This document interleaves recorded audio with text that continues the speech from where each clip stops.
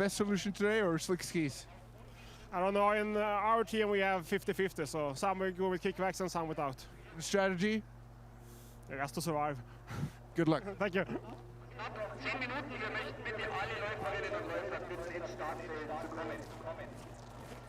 Well, Matthias Fredriksson there from Team Xspirit, wearing number 22 today.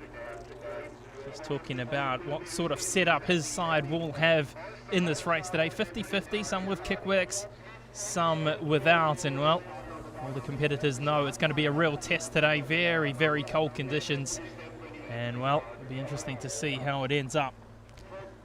Definitely, I know the skiers were quite worried yesterday when they had minus 27 degrees because it's could be quite dangerous for the lungs and bad for your health. But today it's a little bit warmer, just a little bit above minus 20 degrees, and it will get a little bit warmer also during the day. So I think it will be quite okay. Favorites? No, I don't think so. I'm really happy just to be on the course, and I have now 4 weeks with illness, and but it's really fun to be here again, and I've trained since Monday, and I hope to try to go with them as long as possible. Are you going with wax today or are you going with no wax? I decided to go without any kick wax, so we will see. It's really cold and it's not so fast, but it will be interesting. I think some of the best will go with and some without, so we will see what's the best in the end. Okay, good luck. Thank you very much. Well, Oscar Svard there, a few words from him. Great to see him back out on the course. He's been battling illness from the start of the season. He was second overall in Ski Classics 2011. So it'll be good to see him back out there today, but it'll be very tough for him. It's been a long time since he's been out there, so he'll be doing very well to be out there with the leading pack. Yeah, I don't expect him to fight for the victory today, but it's a perfect day to test where he stands. Okay, we're here with and one of the most progressive, fastest skier in Marcialonga. What do you think about today's race regarding the weather and also the wax, no wax condition? It's gonna be real hard for the body with the cold, and I think it's doesn't matter whether you go with wax or no wax. It's gonna be a hard race. The toughest guy will be there like every race. So I think if you have the right day in the skis, you can do a really good race today. In Marcialonga, you seem really strong. You wanted to push hard. What are you going to do today? I'm not going to be that aggressive, I think, and I would like to wait till the end, I think. Hope the body is in as good shape as it was last Sunday. Good luck. Well, Auden Logeland there from Team United Banker. He's a 30-year-old Norwegian, currently 6th on the Ski Classics standings. He had an 8th finish in Jezerska Parasaska, as well as an 8th place finish last week in Marcialonga. Well, there you see the course for this race. 50 kilometers, of course, 4,200 participants here today. Well, last year it was Jerry Alin from Team Extra Personnel with a time of 1 hour, 38 minutes, 56 seconds to take the victory on the line from Oscar Svard and Stanislav Rajak. It really was a close race last year, and well, we're certainly going to see a slower time today, aren't we?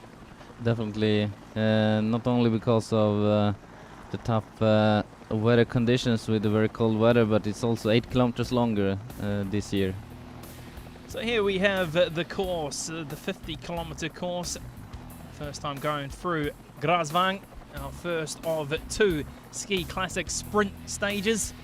Our current leader in the sprints is Stanislav Rajak from Patria Direct with 70 points. And there you see coming back through Grasvang before turning around and finishing it off in Oberammergau Stadium. 50-kilometer course, 42 kilometers last year, so an extra 8 kilometers of course here in 2012. And well, Rajak won't be wearing the green bib today because he'll be wearing the yellow. He is a current joint leader in the men's Ski Classics for the year, equal with Jürgen Auckland with 320 points. Both men will be wearing the yellow bib. Well, in third position there, Jimmy Jonsson of Team Experience. What a great year he's having. Well, for the teams, it is Team Extra Personnel with quite a comfortable lead after 2 ski classics. Well, for the women, we also have joint leaders, Jenny Hansen of Team Experience and Sarah Svensson from Team Extra Personnel, both with 280 points. And then we see our co-leader, Stanislav Rajak, Mr. Consistent in ski classics. Well, we look at the starting list for the men, the favourites, the ones to look out for. Jerry Arlin in number 2, Oscar Svard back from injury, or I should say illness, with bib number 3, and our current leader Stanislav Rajak in 4. Well, our other co-leader, Jürgen Auckland, will be wearing number 9, while his brother Anders will not be racing today, as won't Peter Nortug, unfortunately, will not be racing after his 10th place finish last week in Marcialonga, although the word is he'll be back for Vasaloppet. Also, other ones to look out for, Jimmy Jonsson with bib number 27, Matthias Fredriksson in bib number 22. Well, for the woman, Sandra Hansen is down on the starting list to wear number 17, but we haven't seen her this year, so well, that will just confirm that she won't be racing again today. So interesting there not to see Sandra once again, but it will be all about Team Expert with the 3 girls. Serena Bona, defending champion for the women. It's good to see her back, a back injury from race 1 where she wasn't able to compete. Well, illness last week kept her out. She'll be wearing bib number 44. Jenny Hansen in 19. Susan Nyström after victory last week wearing number 20. Well, Sarah Svensson will be wearing bib number 49. So who's your pick amongst the women and who's your pick amongst the men for this race, Andreas? Well, among the women it's difficult. I think it will be a fight between the 3 women in Team Spirit, where Jenny Hansen and Susanne Nyström, well, any one of them could win this. And Serena Boner, I think she'll definitely have a chance to win as well. Of course, we're a little bit uncertain of her shape this year. She haven't raced a lot and after her illness. So, but I think it's among these 3, and we might get a triple victory for Team Spirit today. Of course, they had the 1-2 last week with Susan Nyström crossing the line in first place, well, closely followed behind by Jenny Hansen. Of course, Serena Bona, very good skier, switching across into Team Spirit for 2012, the Swiss skier.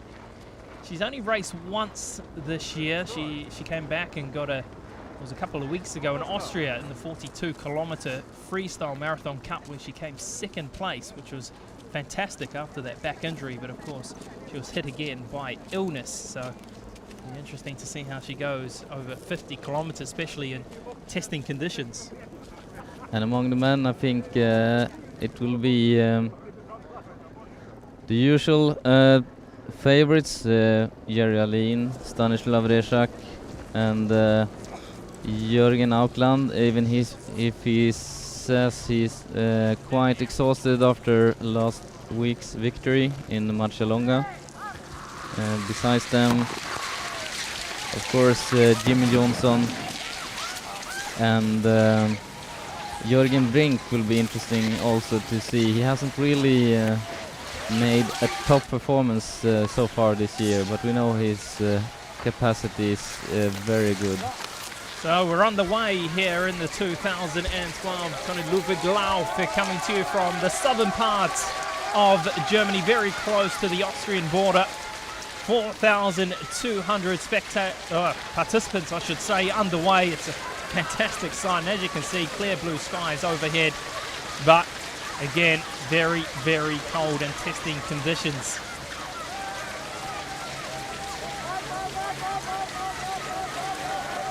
It's always fantastic to see these starts. The max start, of course.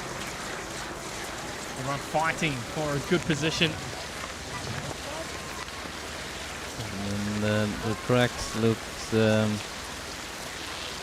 very good, very well prepared, but you can almost see that the skis are not gliding very good today because of the very cold, dry snow. Well, we heard in the pre-race interviews with a couple of the top guns in the race, it's about 50-50 with regards to ski setup, isn't it? It is. I was a little bit surprised that so many during these conditions are still going without grip wax, and now we're of course talking about the top athletes. The amateurs are of course always using grip wax, but I think it's a sign of that the top long distance skiers are getting stronger and stronger there in their upper body, and are better and better each year on double poling, which makes it possible for them to go this kind of distance and without grip wax. It's quite impressive. Well, there we see out the front Arnie Post from Team United Bakeries.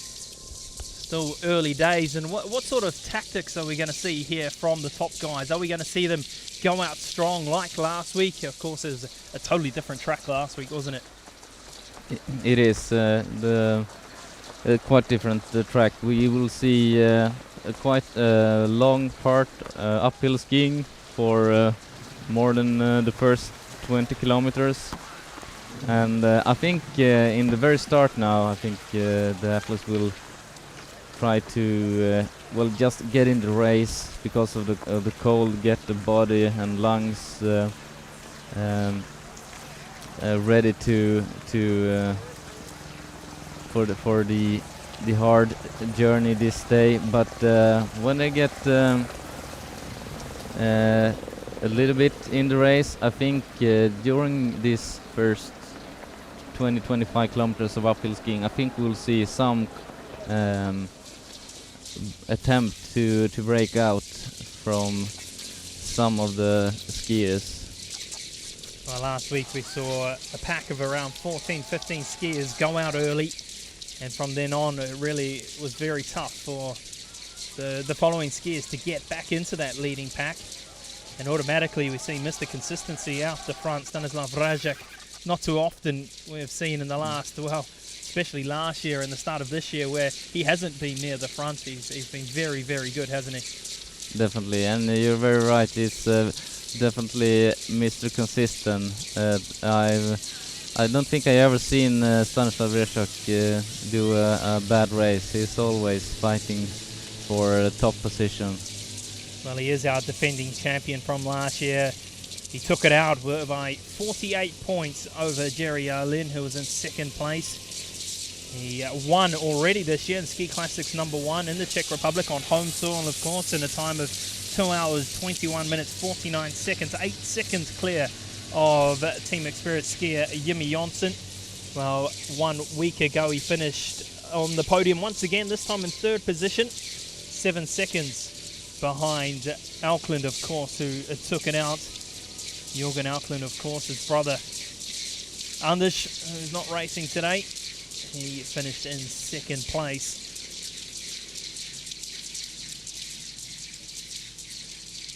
Well, prior to coming on, we were talking about how the Swedes and the Norwegians really tend to dominate this ski classics. When you look through the starting list, a lot of them are from those Nordic countries, but the Italians also have got a fairly strong team in 2012, don't they?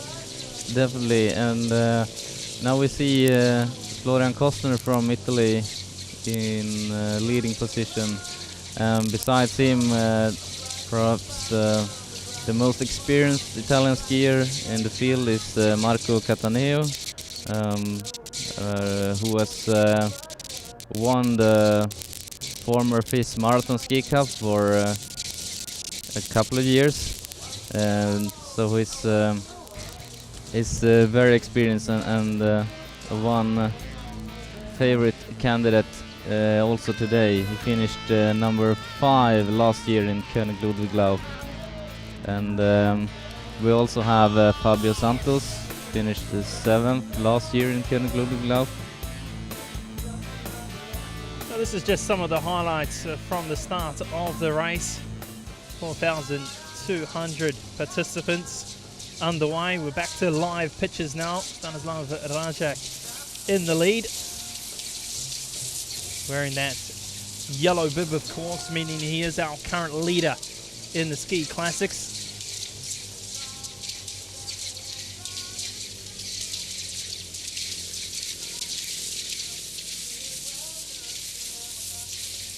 It might be that some of the top skiers who use grip wax today will try to do some breakout during these first 20-25 kilometers of uphill skiing, and use the advantage of having a grip wax in that uphill climbing. Well, that's just some of the overhead pictures from the helicopter, and it certainly is a beautiful part of the world. This area has consistently been ranked up there with World Tour travel magazines. It really is a beautiful part of Germany. People come from far and wide just to look around this area. Very close to the Austrian border, of course. They're back in the front. No real push out, really. No real lead pack so far. Everyone keeping rather tight. Jerry Alin in first position, followed by Stanislav Ryszak. Of course, it was Jerry Alin last year, 12 months ago, who crossed the line in first position. 1 hour, 38 minutes, 56 seconds.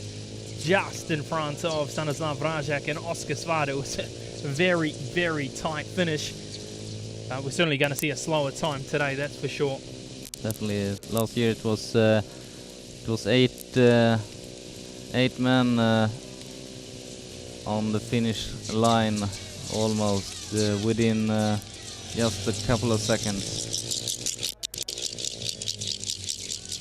Well, mentally it must be really nice for these skiers knowing, well, 7 days ago they completed, I should say, a 70-kilometer course. And of course it has a very, very difficult ending, of course. The Cascada climb, the last 3 kilometers of Marcialonga straight uphill. So mentally it must be quite nice for these skiers knowing that they don't have to conquer that, and it's only 50 kilometers. Yeah, it's quite different to race 50 or 70 kilometers. The last 20 kilometers in Marcialonga is it's very demanding, and especially that 3 kilometer last steep uphill part, where we saw that, for example, Petter Northug was really struggling and did not manage to follow Jürgen Aukland, Ryszak and Anders Aukland. It's a shame we don't have Petter Northug here in Germany for Ski Classics number 3. He was down on the starting list, but pulled out. He was going to wear bib number 1, and this was more suited to him, wasn't it? Definitely. This track and 50 kilometers would have suited Petter Northug perfect. I think he would have been one favorite actually today if he had started. Well, digging in there, Jerry Alin, very good on the double poling. And he's pushing quite hard, I think. It's definitely no resting speed up in the top.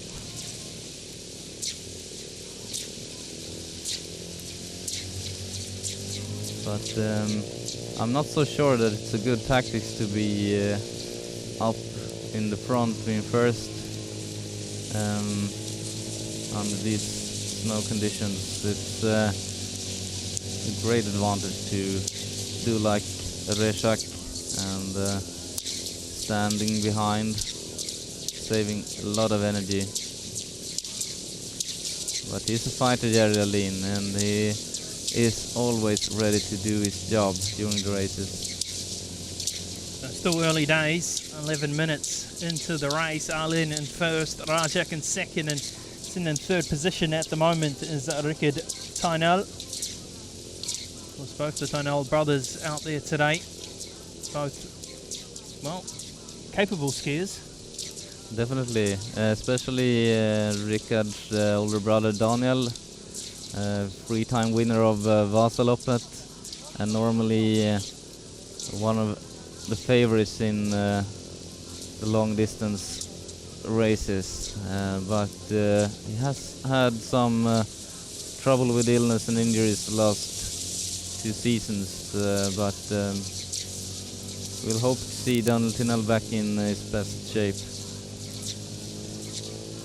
Well, for those of you following us on the Ski Classics Live Centre, you're more than welcome to log on to Facebook if you do have it, and well, ask us some questions. Tell us what your thoughts. Who do you think is going to win this race?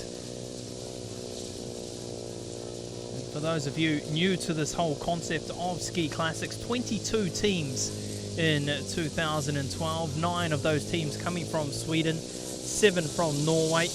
Well, there's 1 team represented from Austria, Israel, the Czech Republic, Switzerland, Italy, and Finland. It's a fantastic concept, and just in its 2nd year, but it seems to be going from strength to strength. Definitely more and more teams are joining, and there's quite popular, and there's a lot of attention in the media about Ski Classics, and it's got to be a very prestigious tour for the best long distance skiers in the world. Of course, there's 7 races, isn't there, throughout the season, and through that, each racer earns points. Of course, there's the individual champion, where we see Rajak on the screen now wearing the yellow. It's very similar to that of the cycling, of course, the Tour de France, where the leading cyclist wears the yellow jersey throughout. Well, we also have a sprint champion, 2 sprints in each race here today after 8 kilometers in Grasvang. Well, the second one will be after 21 kilometers in Linderhof. And the current leader for that is also the man on the screen now, Stanislav Rajak. He'll be looking to add to those points. Well, next event on the calendar is the 63-kilometer Tartu Marathon from Estonia, a new event in 2012, and it's great to have that part of the Ski Classics. Exactly, well, the Tartu Ski Marathon, also an old familiar long distance ski race, now one part of the Ski Classic. And of course, the big race in Ski Classics, the famous Vasaloppet, the longest, the most difficult, 90 kilometers. That one on Sunday, March the 4th in Sweden, of course. For an ace from Team N Pro, one of the new teams in 2012. He's had a very consistent year, has Nice, the 30-year-old from Norway, currently 8th on the Ski Classic standings. He had a 9th place finish in the Czech Republic, while a 13th place finish last week, some 2 minutes behind the eventual winner. Yes, the Baroness number 2 right now in this race, about 10 meters or so behind Jerry Alin, who keeps pushing hard in his double poling. Maybe he is interested in breaking away, and it looks like he feels very strong. Of course, all these skiers are real competitors, but do you feel that there might have been some skiers last week who kind of thought they would just conserve a little bit of energy, maybe thinking ahead here to Germany? Maybe, I think so. A couple of skiers who did feel that they didn't really had a chance of winning in Marcialonga, perhaps saved some energy to this race here in König Ludwig Lauf just 1 week after. Well, there were a few disappointing results, you could say, for a few of the skiers. Maybe we would have thought that Jürgen Brink maybe would have been a little bit higher. He finished in 6th position. Yeah, that's right.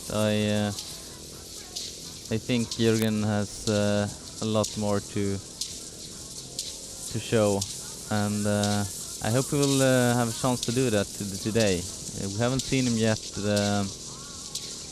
in the leading group, but I'm sure he's somewhere in the large group following Jerry Alin. Well, it certainly hasn't been quite the campaign for 2012 for Jürgen Brink. He got off to a disastrous start in Ski Classics #1, where he finished in 30th position. Really was a disappointing display from the 37-year-old Swede. He was some 6 minutes 39 seconds behind Rajak, of course, who crossed the line in first place. That was in Gisarska Podesatska, where we had very difficult snow conditions, and we saw a lot of skiers that did not manage to choose the right wax and skis, and had quite difficult race. For example, Jenny Hansen and Susanne Ryström, who finished I think 6, 7, 8 minutes behind Sara Svensson, who won a clear victory in the first race in the Gisarska Podesatska. Well, he's a man on a mission at the moment, Jerry Alin, as we are about 1.6 kilometers away from our first of 2 Ski Classic sprints into Grasvang at the 8-kilometer mark. And, well, it's all Jerry Alin so far. He's looking very strong. He's starting to build quite a comfortable lead at the front. But as you said earlier, it's pretty difficult to go out by yourself this early on. It is, and but if someone's going to be able to do it, it's one of them is Jerry Alin, and I think the other skiers in the following group should be quite worried. And we'll see if we will have some team tactics behind, helping each other, catching up with Jerry. Well, they've got a very, very strong lineup, those Team Extra personnel, and although they don't have one of their stars, Anders Auckland, racing here today, they've still got a strong pack. Jerry Alin, Jürgen Auckland, of course, he's our co-leader at the moment. Damen, wearing bib number 16, he's been fairly consistent this year as well. He's currently 7th on the total overall standings. They've got a couple of youngsters in their side this year as well, who have put some fairly decent results.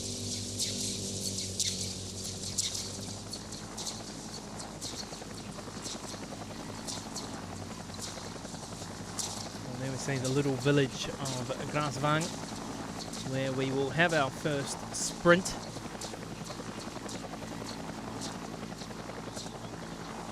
It really is picturesque, this part of the world.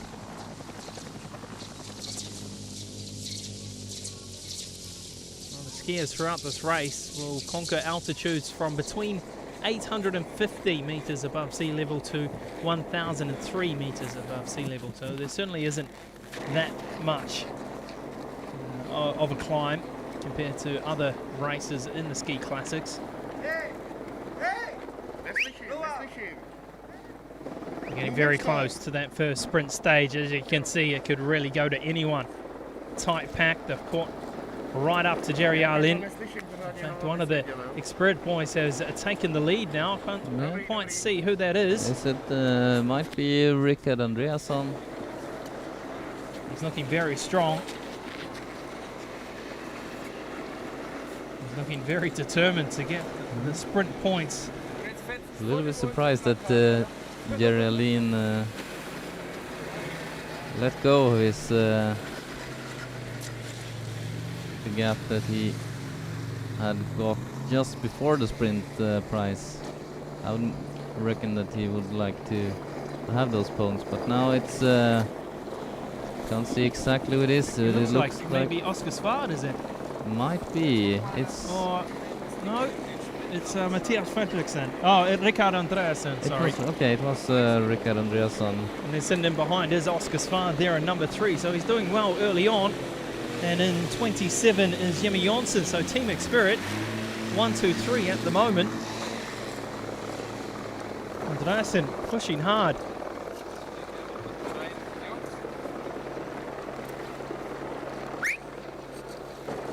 It looks as though we might see a little bit of a conservative tactic this week from Stanislav Rajak. He pushed really hard on the sprints last week, and it almost came back to bite him on the butt really at the end, where he just didn't quite have that push on the climb. Yeah, Rajak was very keen on winning sprint points last week in Marcialonga. It might be that he feels a little bit of sore muscles after that tough race in Italy. The Team Spirit So will it's going get to be Andreasen, there it is. and Oscar Jimmy Jonsson. Triple Team Spirit, and we have Mattias Fredriksson as number 5. Team Spirit really showing some great strength early on in this race. So 1, 2, 3. Jürgen Alkwind, our current leader, co-leader, in 20th position at the moment.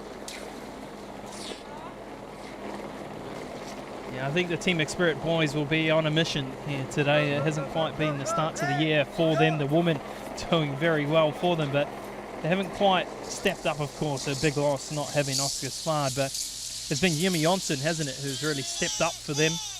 But today, maybe Mattias Fredriksson, with his experience, maybe can step up and try and get a podium finish. It doesn't look like Team Spirit has better skis this day, which is of course very important. I know that Mattias perhaps hasn't had optimal glide on his skis the 2 previous races.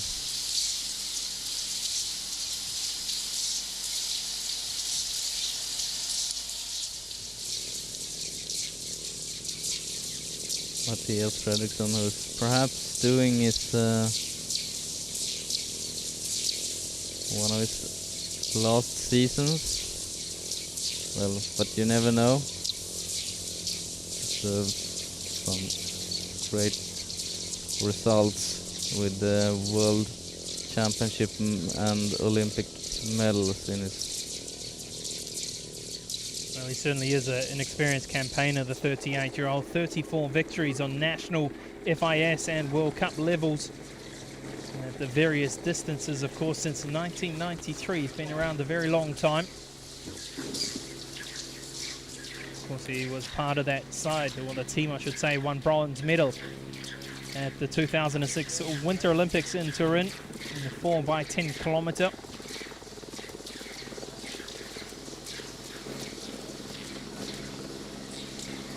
And you will see the group with the first women, and we saw I think both Jenny Hansson and Susanne Nyström in that group.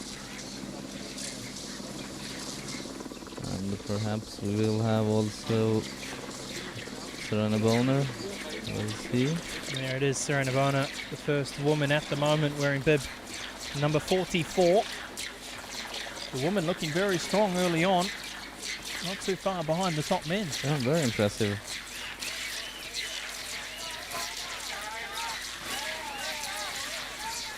I think we had all 3 Team Spirit women in that group.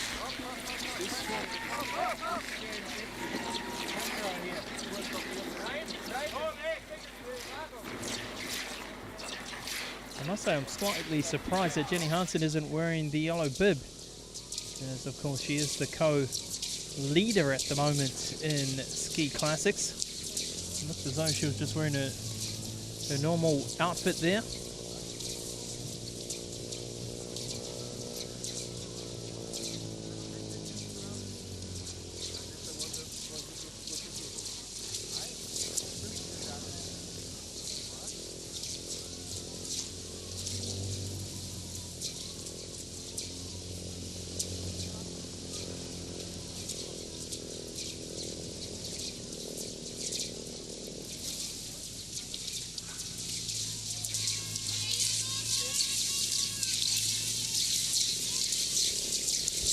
for those of you just a little bit confused maybe about the sprint, 2 sprints in each of the Ski Classics races. And while the first 5 male athletes over the sprint line get 20, 15, 10, 5 and 3 points respectively, as we see a highlight here as they push to that first sprint in Grasvang. It was Andreasen from Team Spirit picking up the maximum 20 points. So very good for him. 15 points going to Svard and 10 points going to Jimmy Jonsson. Of course, at the end of the year, we will have an overall Ski Classics sprint winner.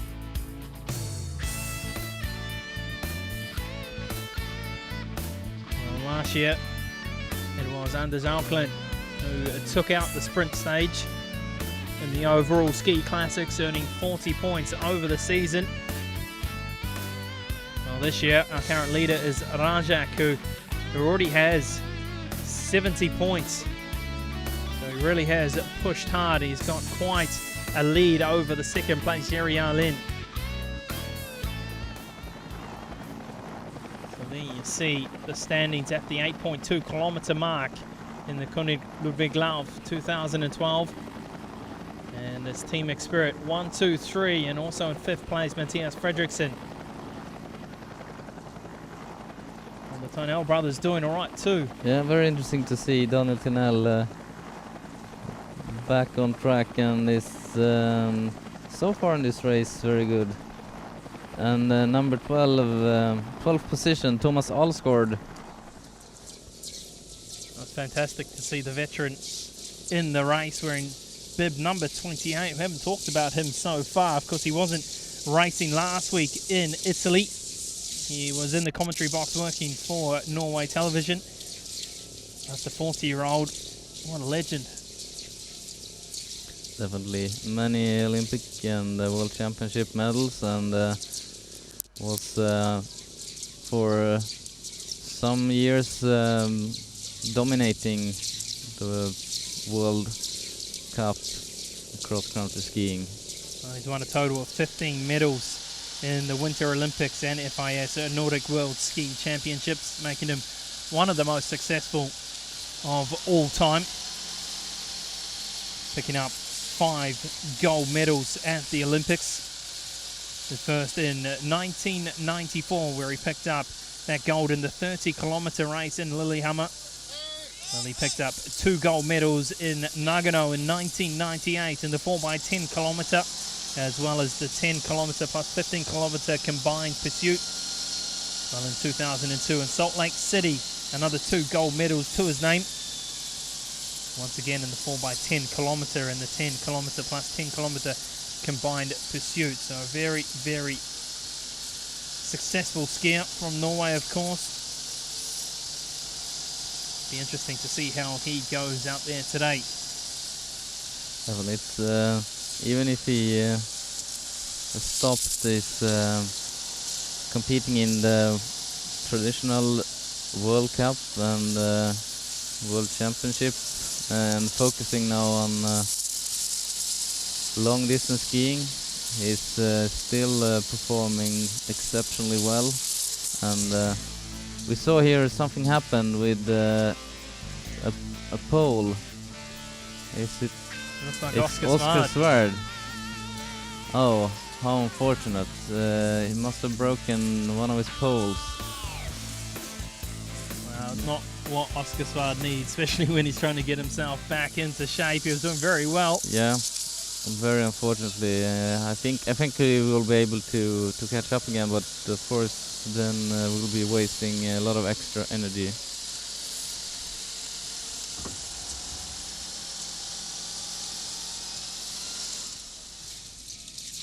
We didn't see exactly what happened, if he broke it himself or some accident.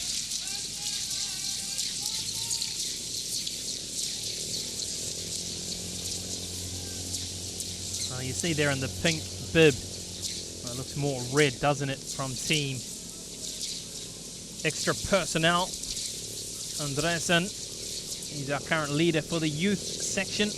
under 23 years of age. And now in the top we see Thomas Alsgaard leading in the first group.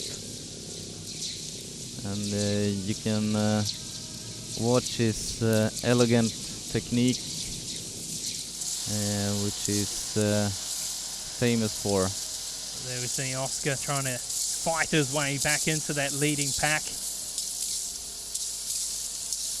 Looks like he's almost there.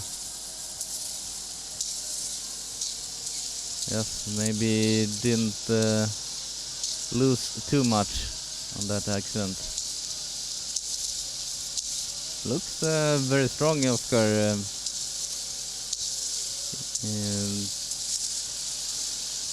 After being unable to train for his stomach illness. I think he should be happy with his performance so far in this race. Well, this is way back in the field.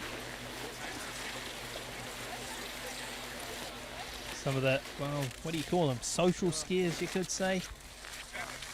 Recreational skiers. Yes, you could say. Looking at the speed and technique of these amateurs, I think they are well, quite knowledgeable skiers, perhaps training a little bit, at least. He's just having a little bit of a break. Yeah. You won't see the top guys doing that.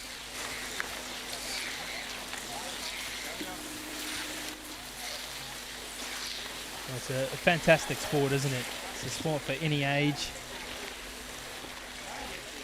No, last week we had an 86-year-old competing in the 70-kilometre Marcialonga. That is absolutely tremendous effort.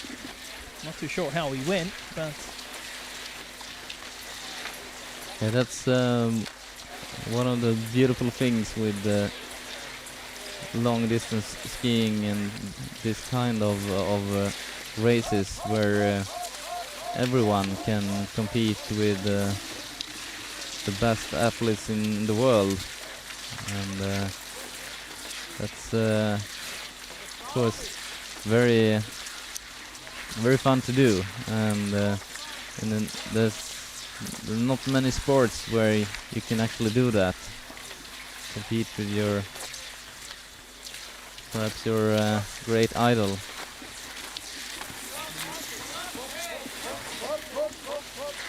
you're correct.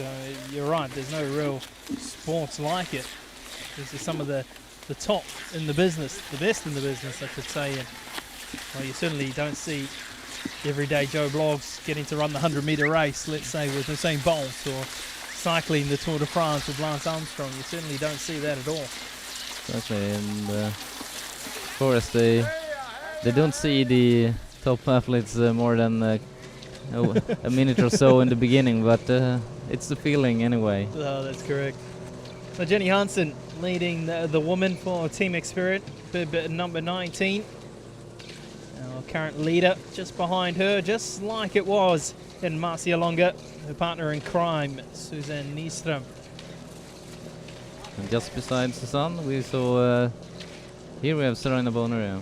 Yep, you can't quite see her, but she is there under all that covering.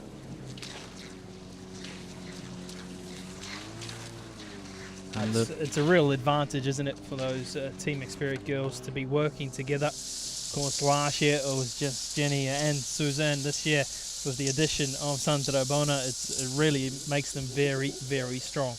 It is, and unfortunately,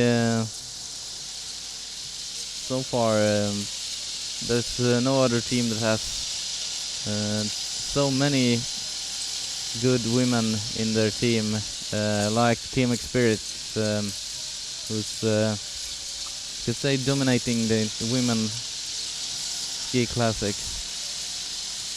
Well, it certainly is. This new format of ski classics is really important that you do have great skiers both for the male and the females, because in each race points go to to the team with the best from the two best male skiers and the best female athlete in each event. So it's really important to be strong right across the board.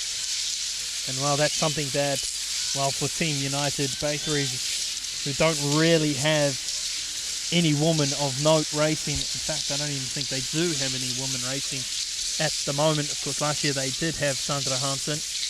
Well, for Team Extra Personnel, they do have Sarah Svensson, who started this year very well, but really wasn't up there last year.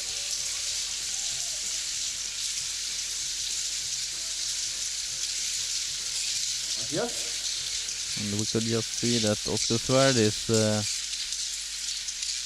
has improved his position, and he's definitely still in the race.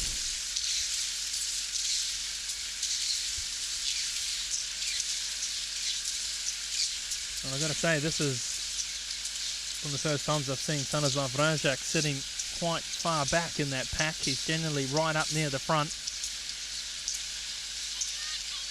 Still Thomas Alsgaard leading. Yeah, a couple of X-Spirit boys up there, a couple of United Bakeries boys up there as well.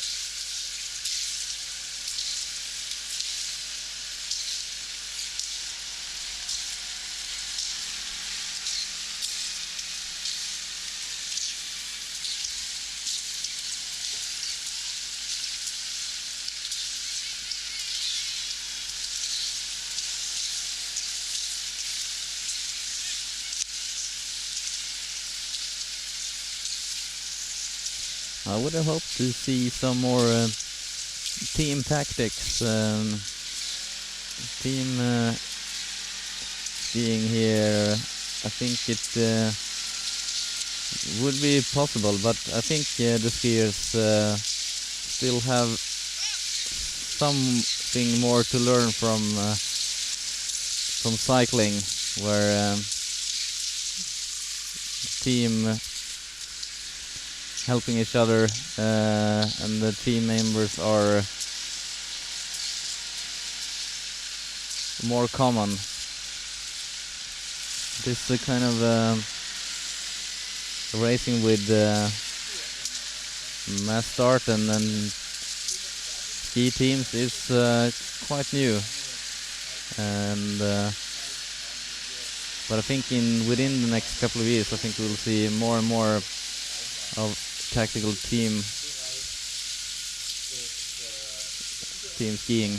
What sort of tactics do you think that they might start to use? Do you think we'll see, like it is in cycling, where you may just have one designated skier who you want to get to the front of the pack, and you have other skiers who will maybe try and slow that lead pack down? Or is that the sort of tactics you think will happen? I think so in longer term, but perhaps that's what's the problem, because then you need to have one designated skier which the other team members are was helping, and of course everyone wants to be that guy, and a lot of teams has many good skiers who is perhaps quite equal. So you could maybe see it happening maybe in Team X-Spirit, maybe. Yeah. Just looking back on last year's results with Oscar Svärd being their main man, although Jimmy Jonsson has stepped up this year. Yeah. Well, for Team United Bakery as well, Jürgen Brink hasn't quite been there this year. Thomas Alsgaard really isn't racing on a consistent basis. So maybe a little bit possible for them, but for Team Extra Personnel, it's a fight to see who would be the main guy, because it's very strong. The Auckland brothers and Jerry Aline, I mean, all three of them could win any race, so it's difficult. I think, and I think that's what they do also. They take each race one at a time and help each other and see who's strongest the actual day, and then try to decide some tactics which develops naturally perhaps during the race. We'll talk about being even across the board with that Team Experience woman. There you go, 1, 2, 3. And might be heading for a really tight sprint finish both for men and women today. It's a very large group. Well, we've talked about the positive maybe of working as a team, but it's still early days. But at the moment, it could be a sprint to the line from the 3 experienced women, and it's a little bit of a. They spend so much time together now. They've been in camp in Austria before coming here to Germany, and of course they were racing together last week. They live, they train, they do everything together. So it'd be interesting when it comes to that sprint. Or maybe Suzanne won last week, so she's not allowed to win this week. Yeah, maybe they decided to share victories. Maybe they'll let Serona get up there. Yeah, get some self-confidence.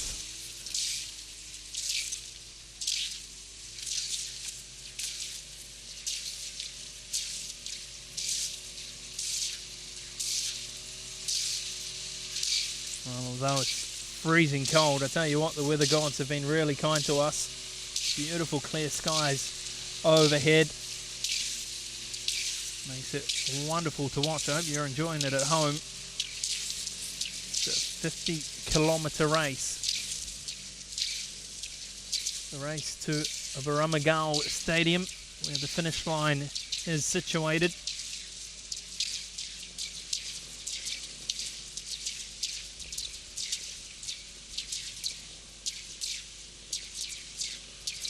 The women with 36.4 kilometres to go. They've been going now for 43.5 minutes, and they continue to look very strong as a pack.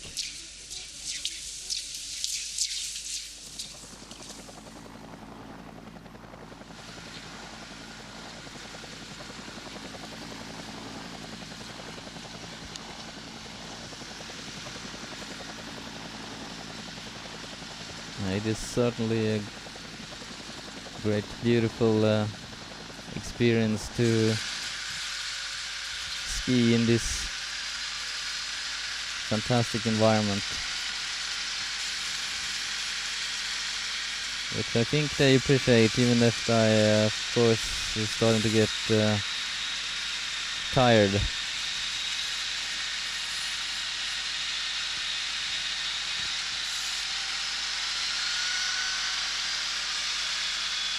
A lot of these skiers know this course like the back of their hand. They come here each and every year. Been around for quite some years now, the kind of Ludwig Lauf.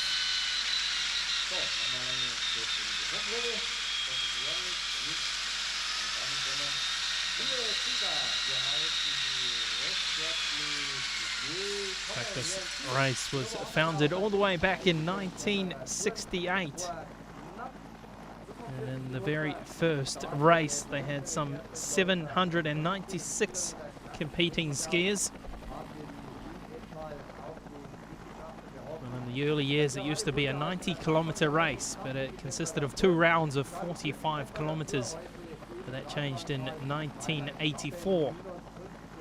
So they went to the 65-kilometre race until nowadays, of course, to 50 kilometres, although last year it was reduced down to 42 kilometers.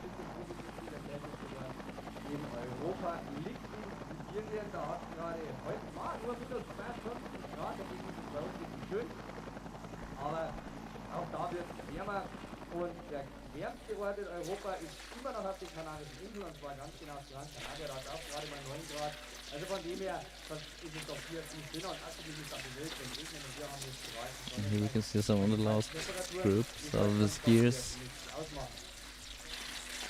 taking it nice and slow. Like they're out for a Sunday walk. Yeah.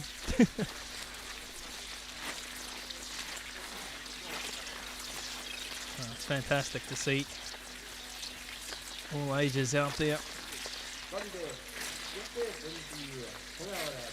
I think a lot of them will just be happy to finish come the end of the afternoon.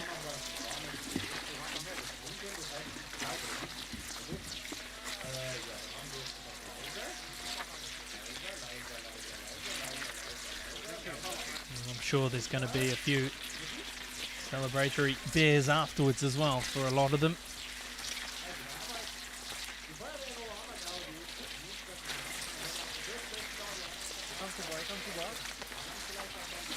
Now, if you look very closely on a lot of the bibs, you'll see a little flag pinned, and that representing which country that they do come from. This year some 34 nations are represented in the race. A moment ago, a small American flag on the gentleman. It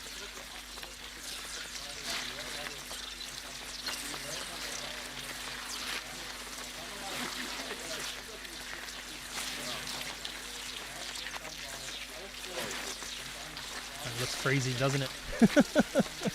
Yeah. I'm glad we're in the warmth of the commentary box, Andreas. Yes, feels quite good.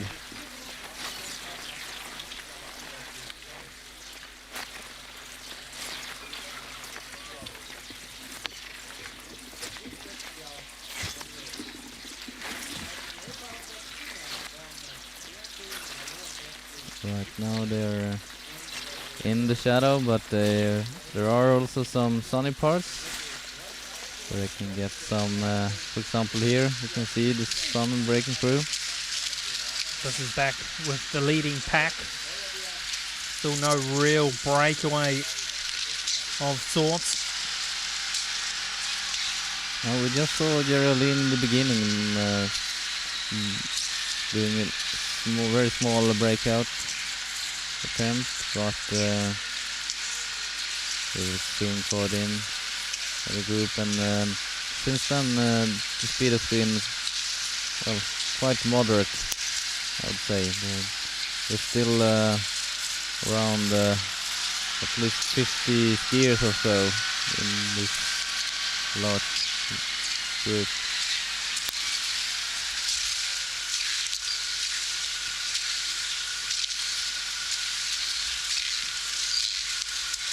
See Thomas Alsgaard still in that pack, and it's a very, very strong pack. Also in there we see Thomas Henriksen from Team United Bakeries wearing bib number 13.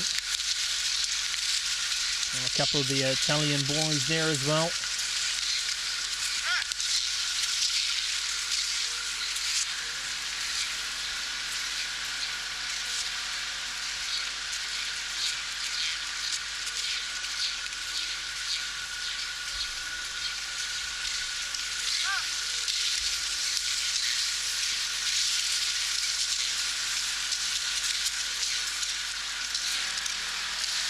Quite thin some of these areas, and you can see the snowmobile finding it very hard to get around the skiers, try and get up there with the leading skiers.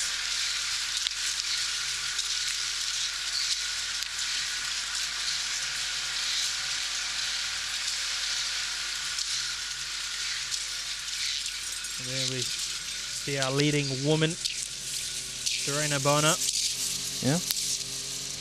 And looks like she has a gap down to her teammates, Jenny Hansson and Susanne Nyström. It's 10 meters down to, I think it should be Jenny Hansson, if I see correctly. And in that case, Susanne Nyström another 15 meters behind. Did we just hear on the microphone one of the help telling her to slow down a little? I certainly heard slow down, yeah. And then we saw Serena just slow down a little bit, and we see there's Jenny, Jenny Hansson catching up. Yep, catching up. That's of course that should be a good team tactics to. I mean, for Team Experience as a team, it makes sense to ensure that they get this triple victory, and not letting any other women from some other team. Well, that's you're seeing a little bit of teamwork there. You're seeing Jenny just working hard to get in the front, and she'll take a little bit of the load off for Serena Bona. Yeah, and Susanne is catching up. It might have been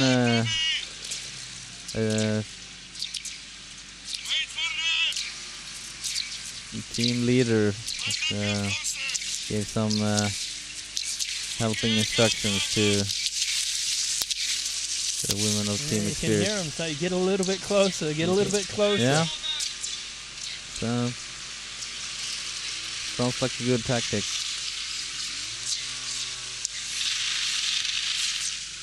And Oh, look at that. Absolutely stunning. very beautiful. I'm sure the leading guys won't be taking in too much of the scenery, but I'm sure a lot of those social participants, you could say, really loving the scenery along this course.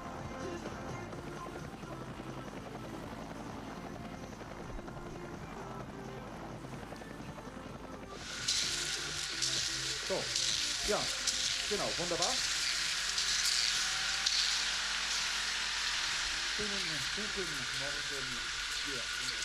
I'm quite interested in seeing how far Oscar Svärd and Daniel Tunnell can go today.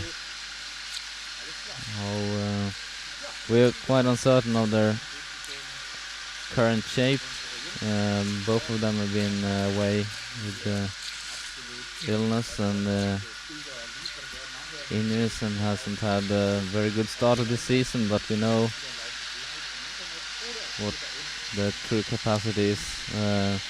Both of them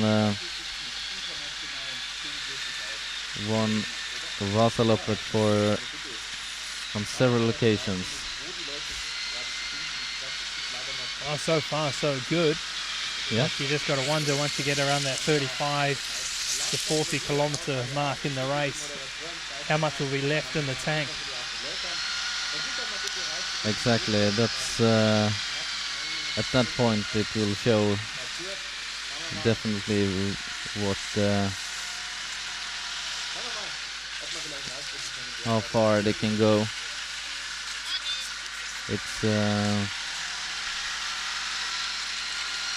could be easy to follow in the beginning, but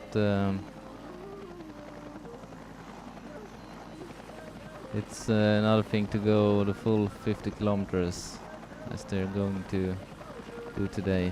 And we have the beautiful castle, I think. Yeah, the Linderhof castle, built by King Ludwig II of Bavaria between 1869 and 1886. 17 years to build it. One of 4 castles, if I'm mistaken, that he built during his reign. In fact, he grew up in this area, so he really came here quite often. Apparently he was quite a big hunter, although this was a few years before my time. Yeah, and like quite nice place to live. Oh, definitely. Stunning. And close to the castle we'll have the second sprint prize quite soon. So this is what the skiers have been doing since that first sprint at the 8.2 kilometer mark. Da bin ich mal gespannt. And it's at the 21 kilometer mark, which we're coming up to. As Andreas just said, our second sprint, our second and final Habe ich sprint of the eigentlich race. schon mal erwähnt, dass wir jemanden von der Zeitnahmefirma brauchen? Also was Andreasen from Team Experience wearing bib number 10, who took out sprint number 1, picking up those valuable 20 points, of course. His teammate Oscar Svärd picking up second and 15 points, his first 15 points of Ski Classics 2012, so I'm sure he would have been happy with that.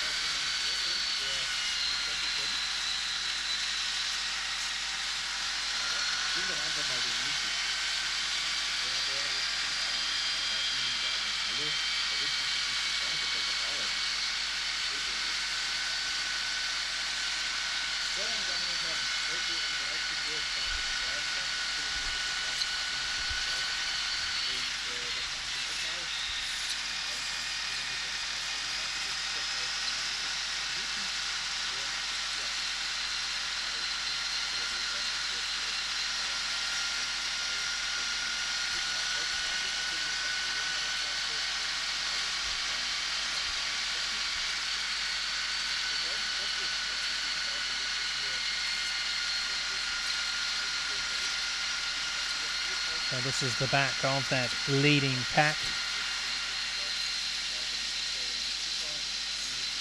Kari Varis wearing 130 from Finland. Might be related to the former great women's skier of Finland, Kaisa Varis. Well, he's just a youngster, 28 years of age. Well, a youngster, very young compared to a lot of the top guys in this cross-country event. Yes, we have talked about it before. I think that a lot of the best long distance skiers are 30 years and above, and it's just I think a sign of the kind of amount of training that it takes to be able to win such races that are so long and demanding, where it takes where endurance is one of the key. Well, certainly when you look at through the list and the age of these top competitors, well, our defending Ski Classics champion and current leader Stanislav Rajak from Czech Republic, 38 years of age. Our other co-leader Jürgen Auckland, 36 years of age. Of course, he's the younger brother, Anders, 39 years of age. Defending champion of this race, Jerry Alims, 34 years of age. Jürgen Brink, 37. So certainly they've got a lot of years of training and competition behind them. We certainly talked about that last week, didn't we, with regards to Petter Northug, who is a freak in the sport, you could say, but or in a different kind of discipline. That's right. And this year we have seen a real breakthrough for Jimmy Johnson from Team Spirit, the young skier who's shown that he already now at 26 years of age is at the absolute top of long distance skiing. Yeah, Jimmy's doing very, very well. Currently third in the overall standings. Team Spirit also have another young skier in their side this year. And from Shorholm, just 24 years of age. He won the overall. In fact, he was leading, I should say, the youth section for a while there. Currently 27th overall in Ski Classics as we see our first sprint, and it was Rajak once again getting the main points. Surprise, surprise. He won 2 of 2 last week, and he's picked up the vital 20 points here in sprint number 2. 59 minutes, 36.8 seconds. So 37 skiers in that leading pack. Rajak starting to build a little bit of a lead out front.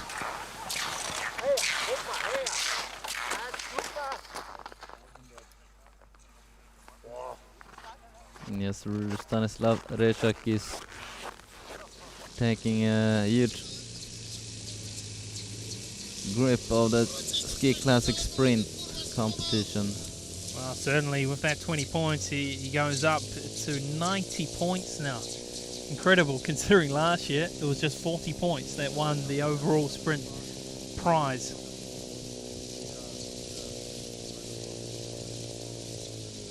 So the leading pack in the sunshine. And going over an hour now, there you see Rajak in the yellow bib. And we see Rajak is double poling outside the tracks, looking for some harder and better gliding snow. And also he didn't want to be number 1 right now.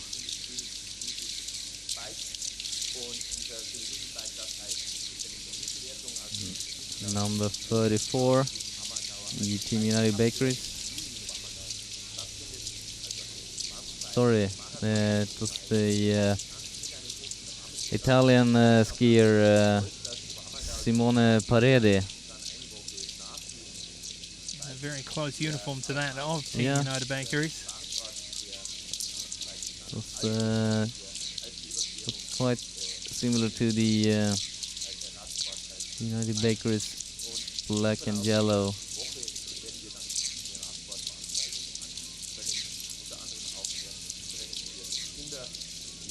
And he got some 20-30 meters immediately. So the pack certainly didn't follow on that one. That He's starting is, to build a fairly decent lead. In fact, it's number 30. It is from Team United Bakeries. It is Arne Post. Ah, that's right. It's number 30.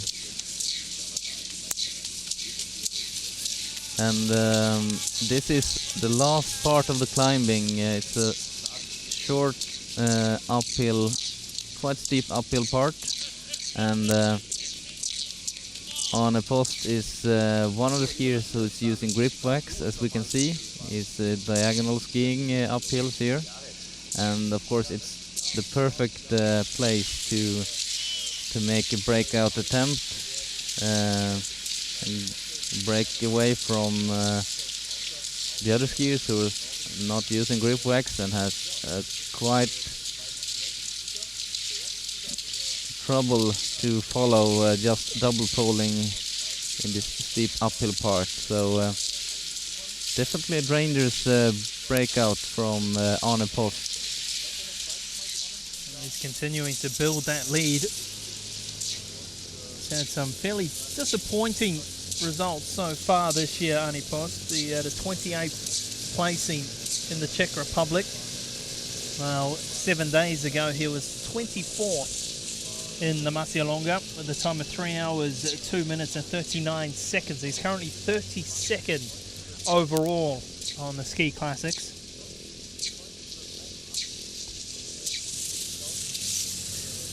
He's also competed in the Scandinavian Cup, which is you could say a regional cross-country tour that for Scandinavian skiers. A lot of skiers who have ambition to compete in the World Cup are competing in the Scandinavian Cup, and Arne Post competed there for his preparations for the Ski Classics, and finished as number 5 2 weeks ago in the Scandinavian Cup competition. Of course, the competition there is not as high as in the World Cup, but still a good result from Arne Post, who also made some good results in last year's Ski Classics. But so far in Ski Classics this year is not impressed that much, but seems to be back in quite good shape today. Certainly it has been a little bit of a disappointing start for the whole team. Yeah. For Team United Bakeries, they certainly haven't put too many good results on the board so far. We see our leading woman coming through into the castle grounds, and it is Serena Bono. Wow, she is doing very, very well. A woman on a mission, and it looks like she's pulled away from her fellow teammates. She's looking strong. And well, she's trying to make up ground after missing the opening 2 legs of Ski Classics. Yeah, so she looked very strong, and she's building a huge lead. Yeah. And that's only really been over the last couple of kilometers, and she's pulled away. In fact, all 3 Team Xperit girls have pulled apart.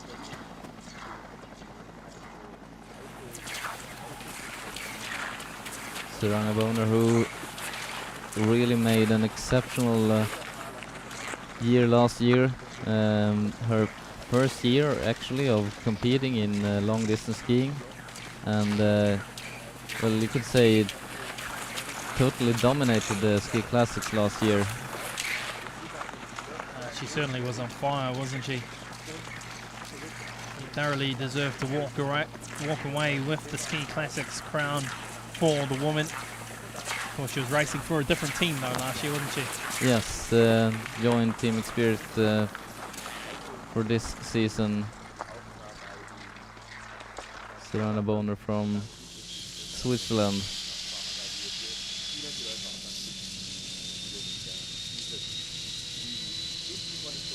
Team Experience also had her boyfriend racing for them in the opening Yes, leg of Ski Classics. the Swiss skier Tony Levers, which we haven't seen him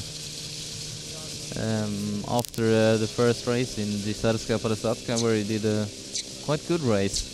He was for a long time up in among the top 5 skiers, and if I remember correctly, he finished somewhere around the 10th place in Gisarska Parasatka. He's still racing a lot though for the Swiss national team, isn't he? I think he still races a bit for the Swiss national team, and he's definitely done it for many championships before. He's been you could say regular member of the Swiss national relay team.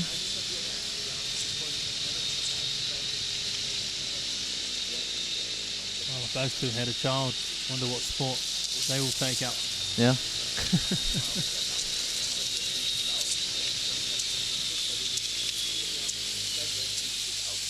So back at the front of the men, as you can see, still a big pack. A lot of skiers there, around 30 odd skiers, and it's still out the front. It is Arne Post. And this could turn out to be a very, very good move. 28-year-old Norwegian, one of the first breakouts we've seen in the race. But is it too early? That's the question. Well, if the men in the leading group really work together, I am sure they will catch up with Arne Post. But if they don't work together, I think Arne Post might have a good chance to make it all the way. And we can see that the women, we have 2 Team Experience women side by side. Looks like they had no grip wax there. Yeah, exactly. Not very good grip, at least. Really struggling up that incline, weren't they? And we can't see how much of a gap there is between Arne Post and the following group, but it has increased, definitely. He's looking strong. In the sunshine, by himself, working hard.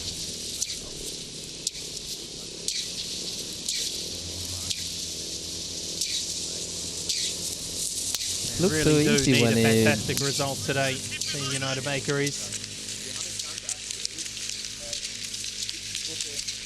When number 44, yes. This Serena Boner, still leading.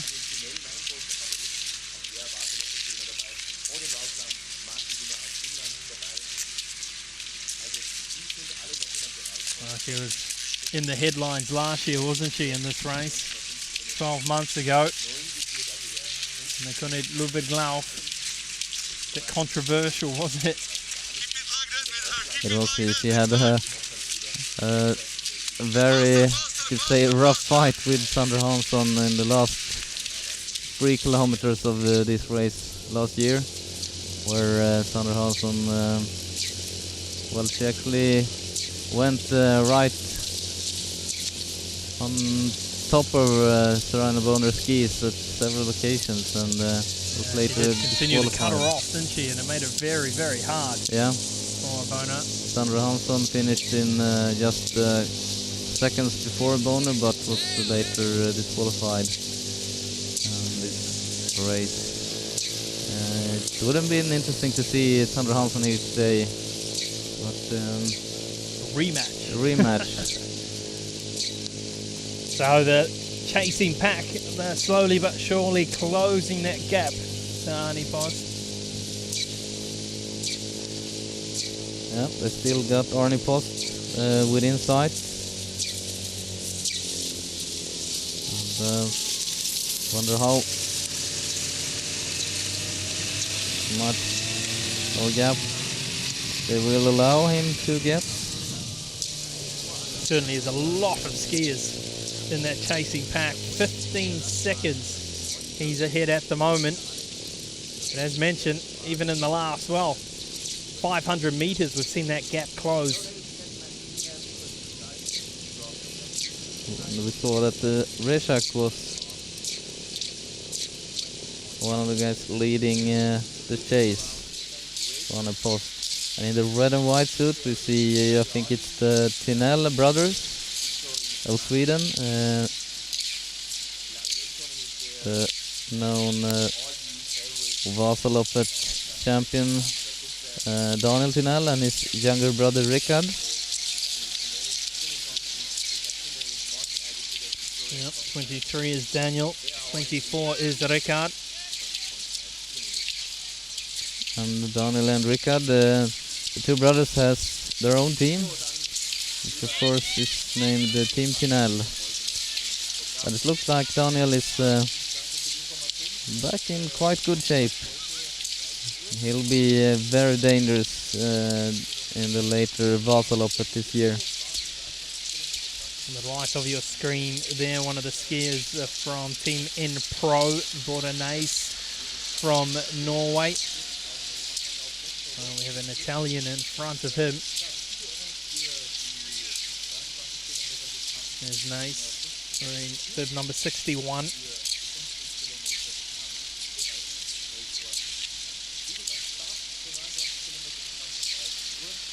Years of age, currently 8th on the overall ski classics for the year. And there you see it. That lead has been eaten up in a short time. Only Post.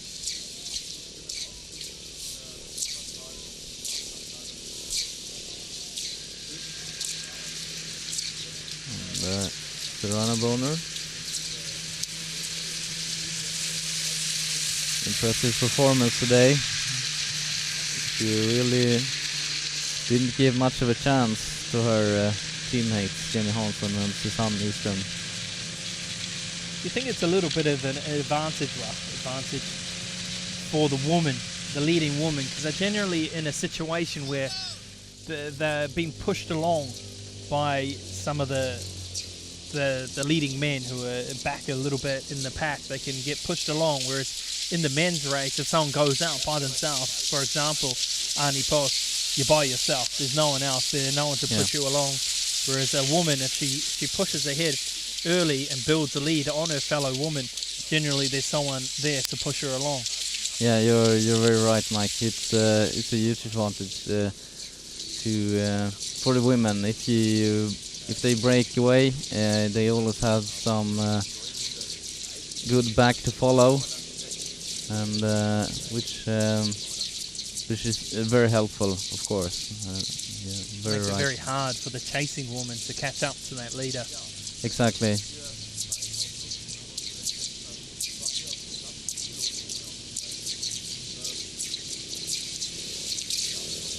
So Arnie Post now well and truly in the middle of that leading pack now. They're getting up to a lead of around 25 seconds. It is no longer.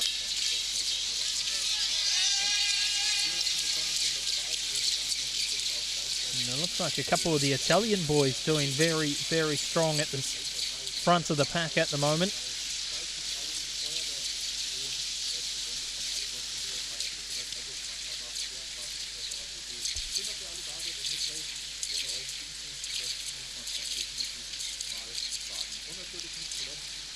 It's so hard to see on the bib. Now perhaps we can see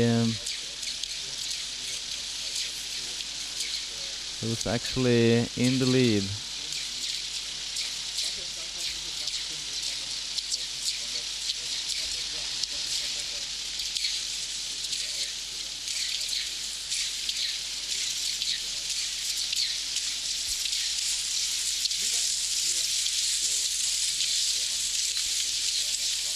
On the third and fourth place, at least, we see the Tinel brothers.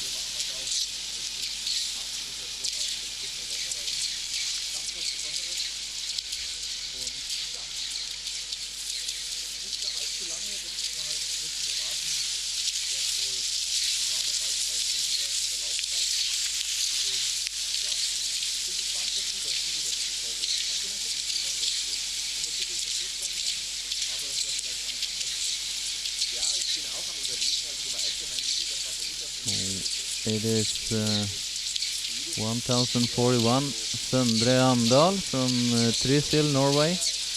It's quite unknown name. Making a fantastic race today. Well, there seems to be a few surprise packages up there.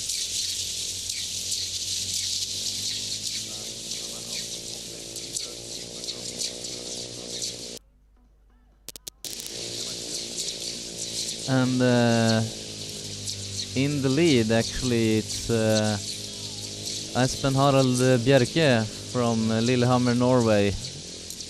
A very, very good cross-country skier with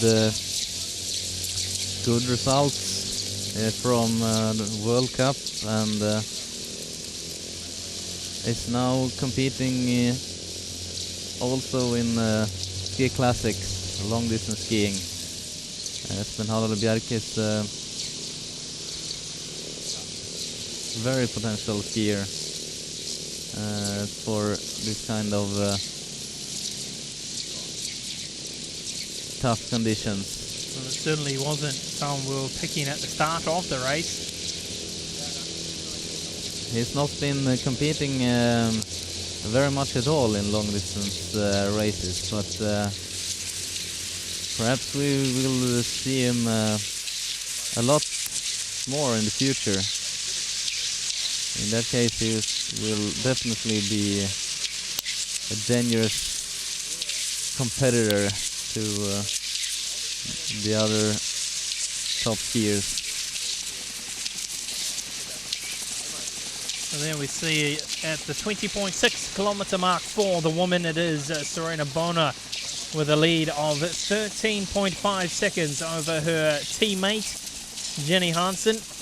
Well, just in behind Jenny is another team experienced skier, Suzanne Nyström, wearing bib number 20. And there we see the Swiss star looking very, very good. Her first race in Ski Classics for 2012 and looking to stamp her authority.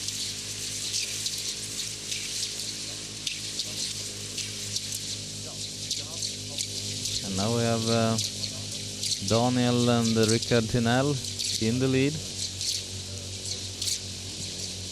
The two brothers, where Rickard is number one, helping his older brother.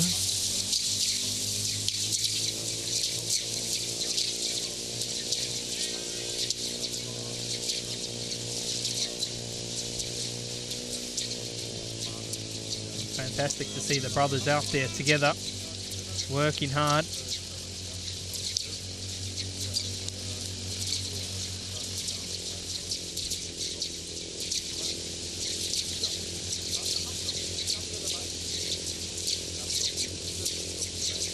Daniel Tinel is born in Dalarna, the region in Sweden where the Vasaloppet ski race is situated, which he has also won several times. In fact, yeah, won it 3 occasions, which is a tremendous first time back in 2002, and he won it in 2006 before winning it once again in 2009.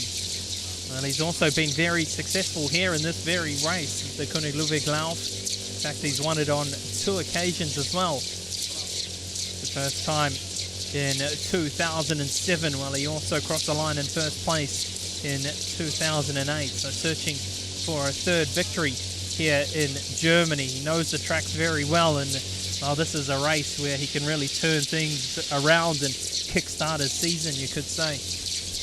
That's for sure. And everyone else in this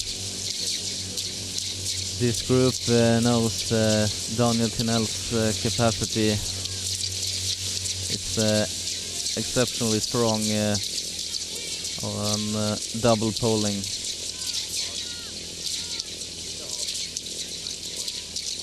He's got a very solid upper body, doesn't he? He looks very powerful.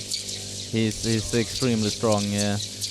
I would say Daniel Tinell and Jerry Alin are perhaps the two strongest double polers in the world.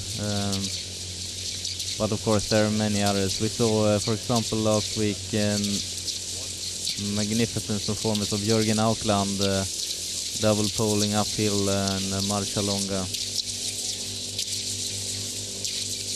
where not even Jerry Alin could follow. It certainly was a tremendous display from Aukland, considering he was about a minute and 30 behind at one point early in the race. And we can see today that Jürgen Aukland is not really being able to follow up that performance today, at least so far, and he told himself, he said yesterday that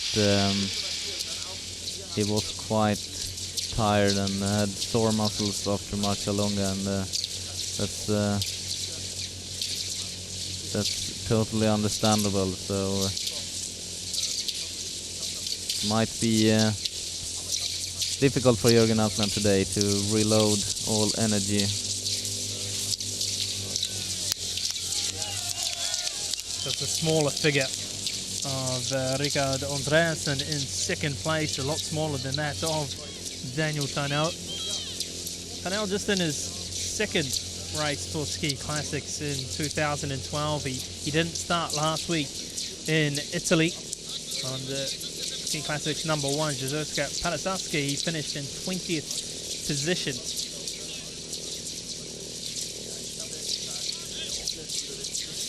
Getting a little bit of liquids on board. And how often do these skiers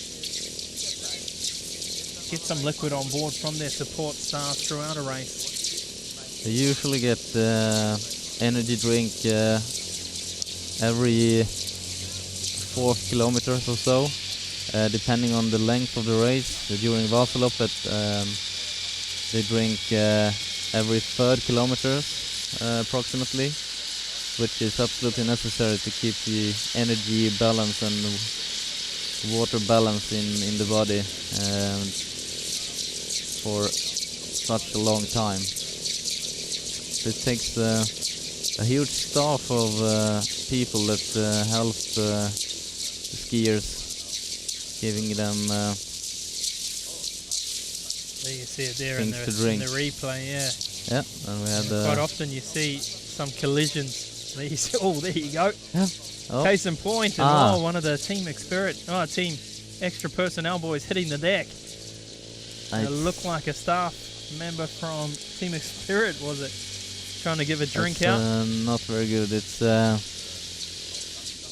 hope they didn't break any skis, poles or bones or anything. It was difficult to see who it was, but looked like it was a Team Extra Personnel skier.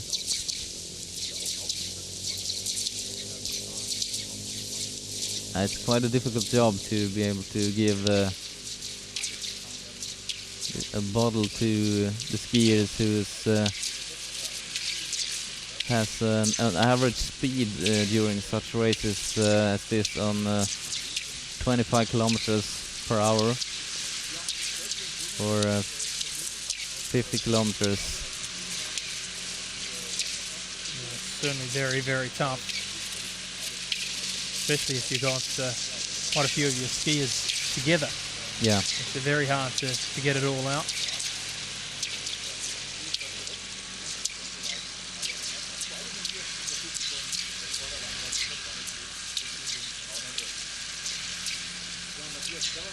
So there we see our leading woman. So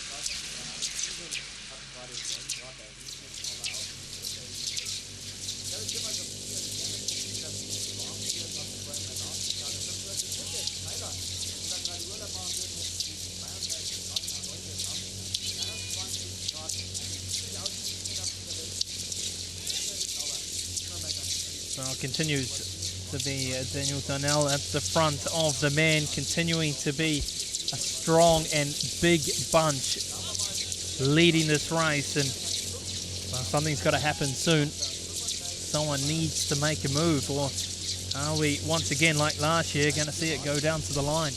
No, I don't think the skiers would like to have these many skiers along with them on the last kilometers and the sprint. So something should happen soon. And we see Jürgen Haugland, the co-leader of Ski Classics. He is actually up in the lead. Yeah, he's not wearing the yellow bib like Rashak is. In fact, it looks like he's got some sort of red bib over top. Yeah, it's some other color. It's not the yellow one. You see the track is splitting up for a short while. So preparing for this race, I know these athletes have been here for a couple of days now.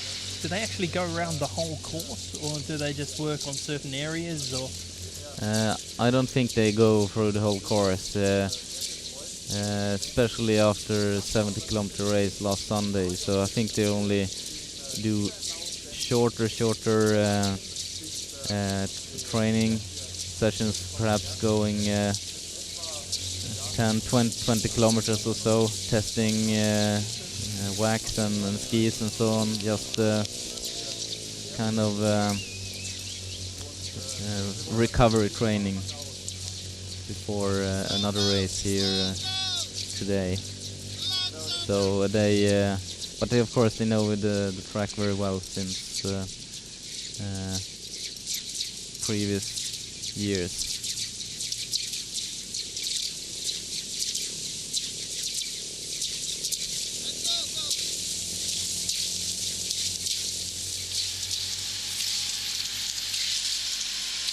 it'll be interesting to see if Oscar Svard is still able to keep up with this pack.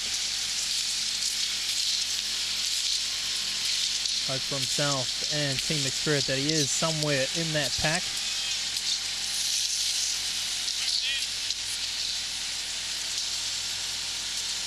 Number 26 there, Anton Sjöholm from Team Spirit there on the right of your screen, wearing bib number 26, one of the youngsters. Yeah, we'll see some of the skiers level pulling between the tracks, and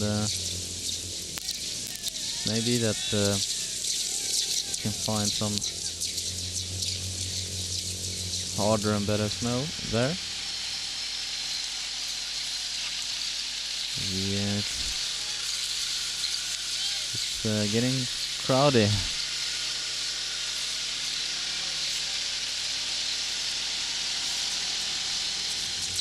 So there at the back of that pack, Martin Rosvall from Umeå in Sweden, northern part of Sweden. Up there closing out that leading pack.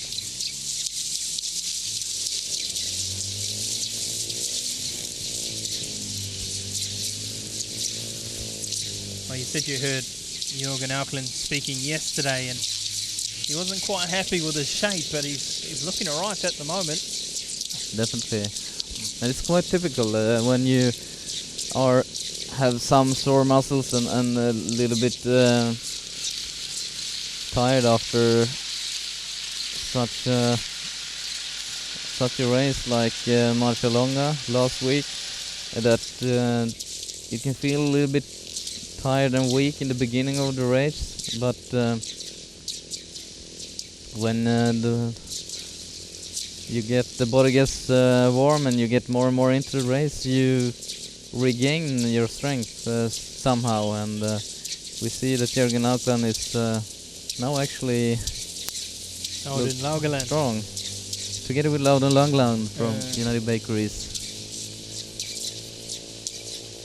He's been consistent this year. I've been impressed with the Laugaland. He hasn't been on the podium, but I mean, he's had 2 8th place finishes in the opening 2 races of the year. But he's been up there. He's been very consistent.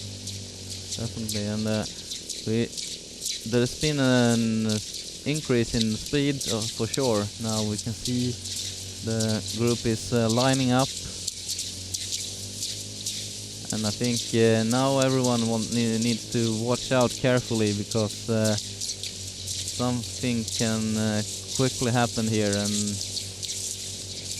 Well, the 2 team extra personnel boys up there now, the 2 dangerous, the 2 big dogs, you could say, Auckland and Jerry Allen.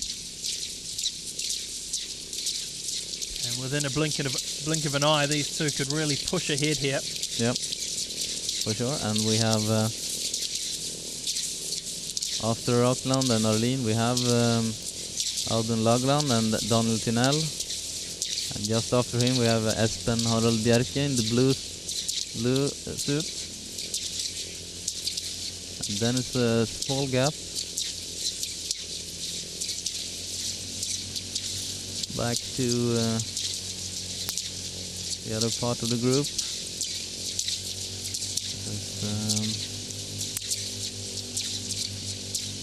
No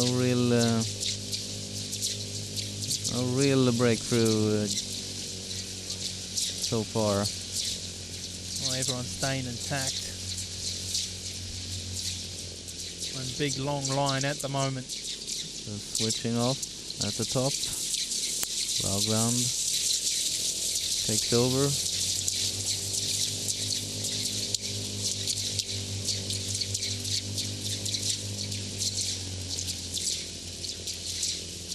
Watching over his shoulder. There's a lot of psychology in this point in the races. I know the skiers, they're looking at each other, trying to watch how their competitors look and how tired they might be, and then decide on what tactics they are going to have for the rest of the race. It's a very interesting game, I could say. You touched on it briefly. A lot of these top guys won't be too happy that there's so many guys there at the moment. That's right. That's for sure, because it's a huge risk having so many skiers side by side at the end. You might get the wrong position or break a pole or anything. So I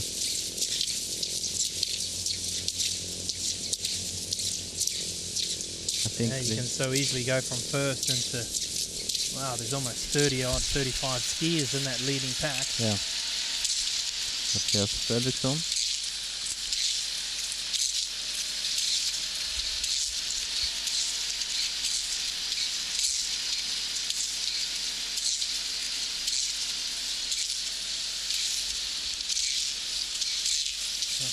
Fredriksson currently sitting in 9th position. Ski Classics this year. Been competing since 1993. Looks like Mattias is having some trouble following. He's quite far behind in this long group now.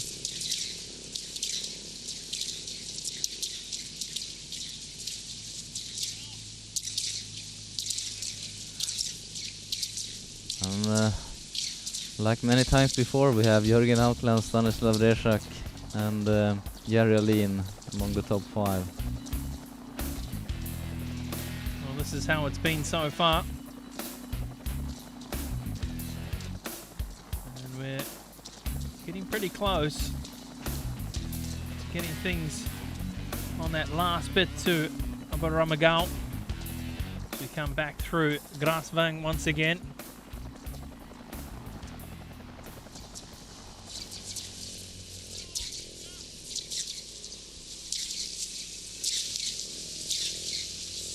And now we have 5 skiers in small top group with a gap down. But well, perhaps they close that one. Well, we talked about it last week. You very rarely see Stanislav Rajak taking the lead when there is a group of skiers, and you see here Arlen just holding back a little bit, and well, maybe listening to me because now he's gone to the front. Exactly. He's going to do a little bit of work. Yep. He has had a good position all the way through the race, Stanislav Rajak, and now he's once again fighting for victory in ski classics. Well, he was distraught 12 months ago, beaten on the line. In fact, beaten by 1/100th of a second from Jerry Arlen. Doesn't get much tighter than that, right on the line. So I'm sure he'll be one of the skiers who wants to try and pull ahead here. He doesn't want it to go to the line once again. As we started to see a breakaway of about 6 skiers there. Stanislav Rajak is, as we mentioned, perhaps the most stable top skier in the whole ski classics. He's They're here. Yeah, we know. almost never does a bad race, and has quite many victories. One race that he hasn't won yet, that I know that he wants to win, is the Vasaloppet, if I remember correctly.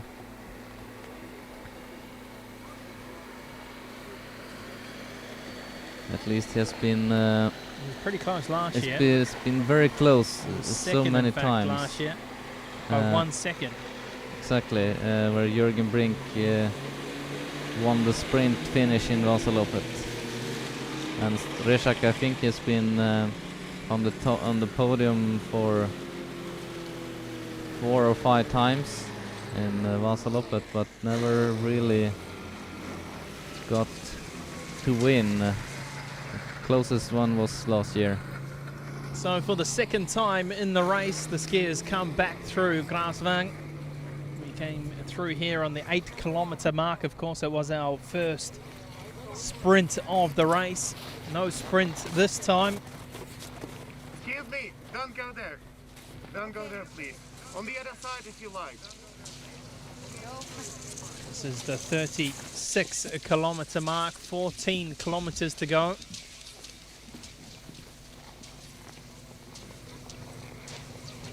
As you can see, a lot of skiers in contention. Just a handful falling behind at the back.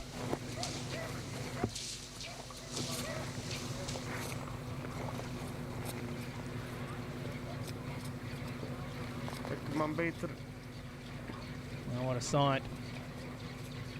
Herd of skiers racing into Grasvang. Wonderful amount of support here too for these skiers, the locals getting out in good numbers once again. It's getting a little bit warmer also for all the skiers now when the sun is warming.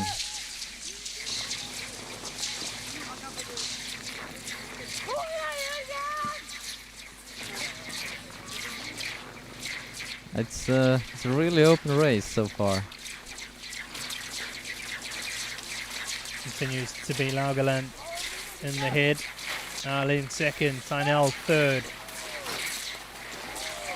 The first Team Experience skier, Jimmy Jonsson. Alsgaard also there in that pack. So all the big dogs pretty much there or thereabouts. Oscar Svard there as well, 7 seconds behind at the moment.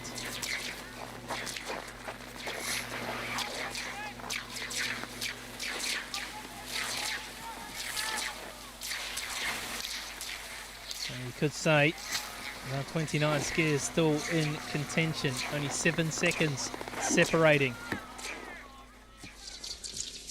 Daniel Tunnel and Lagerland side by side. No one seems to be pushing it at the moment, although, as I say that, Jerry Allen's just found a little bit of extra energy and he's pushing it very hard on that double poling. I can see that Tunnel and Reshak is definitely watching out and looking carefully to be ready for any other breakout attempt. They do not want to lose a wide gap to anyone.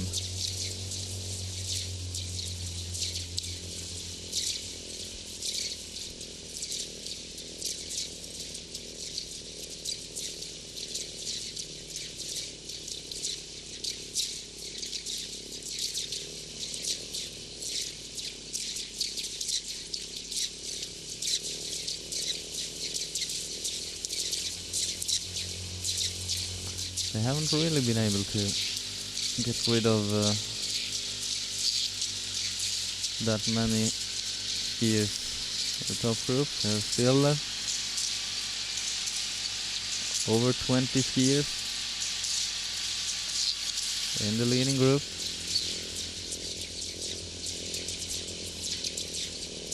And from here down to the finish in Oberammergau, that's downhill on average, and with just a very short uphill part, but it's a lot of double poling all the way down, and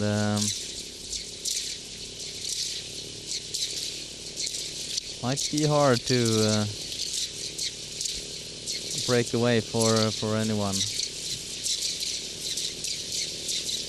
Just to put into comparison how how different in times it's been from 12 months ago. Of course, it was 42 kilometer race in 2011, and the winning time was 1 hour 38 minutes 56 seconds. And well, at the moment these skiers are about at that 37 kilometer mark, and they're already, well, some 6 to 7 minutes over that, so it's quite a lot slower time than it was last year.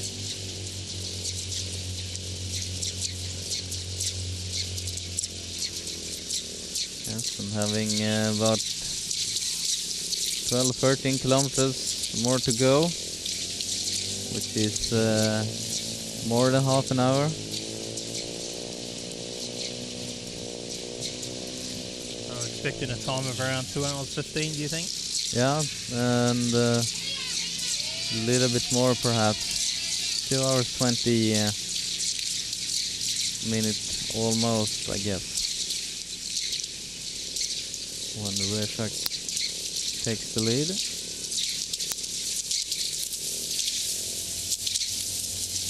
Well, he's one of the top guys who doesn't really have a team as such to work with. Stanislav Rajak, he's part of team Patria Direct, but not really too many members in that team. The other male skier, that being Peter Novak, also of the Czech Republic. He's certainly not in the same class as that of Rajak.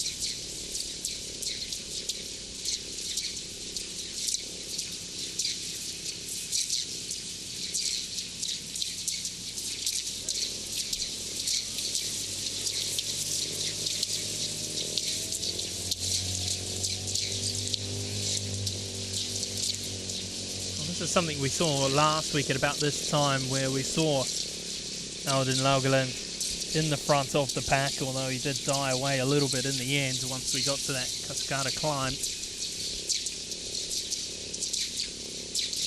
Yeah, Audun Laugeland has been up in the lead for quite many races also last year, and been following for a long time, but hasn't yet been able to win. And we see some changes in the women competition, where Jenny Hansson, according to this information, is taking the lead. They're She all sure has. Well, they've really closed that gap. Yep, they are together now, all three of them. Bona. Well, you just wonder if this is where it's starting to kick in Yeah. for the Swiss skier. Been out sick. She's been out with a back injury. And after having a lead of about, well, it was about 10-15 seconds, she is now sitting in third place. Although nothing too dramatic really, it's just her two teammates that have jumped in front of her. But it'll be interesting to see what D3's lead is over the next woman in the pack, especially over Sarah Svensson, who's the co-leader for the woman. Before they had a lead of over 2.5 minutes down to Sarah Svensson, and I think that should be enough for the Team Spirit women to be able to take a victory. The interesting thing is to see which one of the Team Spirit women that are strongest in the finish today. Daniel Tinell now. Yeah, the 36-year-old leading the pack at the moment. Certainly are having their turns leading the pack, but no one's really pushing away. We've only seen one real attempt to break out, that coming from Arnie Post, and well, it only lasted about 5 minutes in the end. Yes, and we can't really see Arnie Post at the moment, but his teammates Lagerland and also Thomas Hendrickson, number 13, is up among the top 5 right now.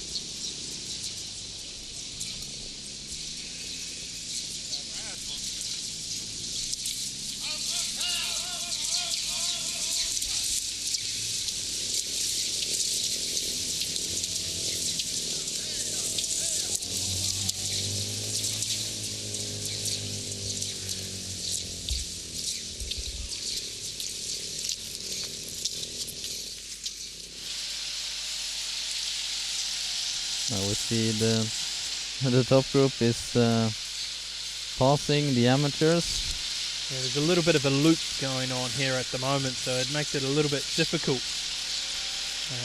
for these top guys if they come up with or come up against these amateurs, as you can see here.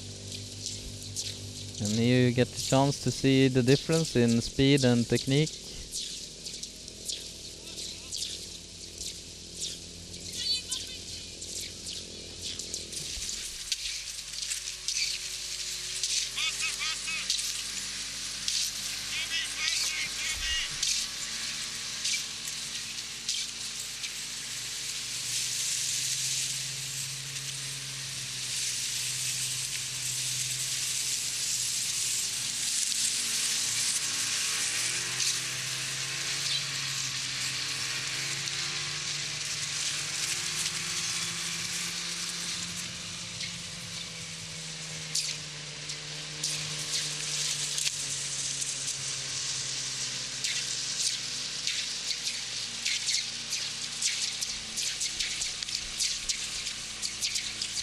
So our leading woman, Jenny Hansen. Numerous little villages around this area. Of course, the race to Avaramagao, the biggest of the villages in this area. Population of 5,300.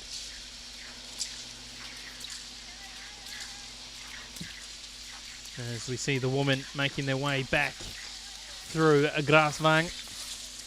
36-kilometer mark for them. And it continues to be the 3 Team Spirit women.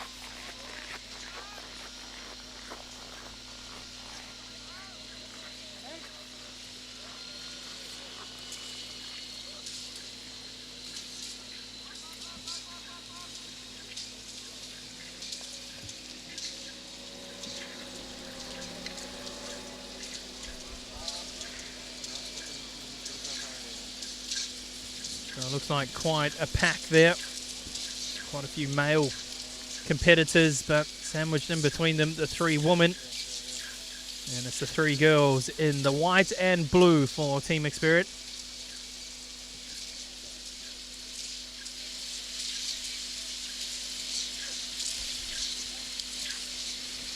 And that's quite good time for the women. They're not too far behind the men, actually.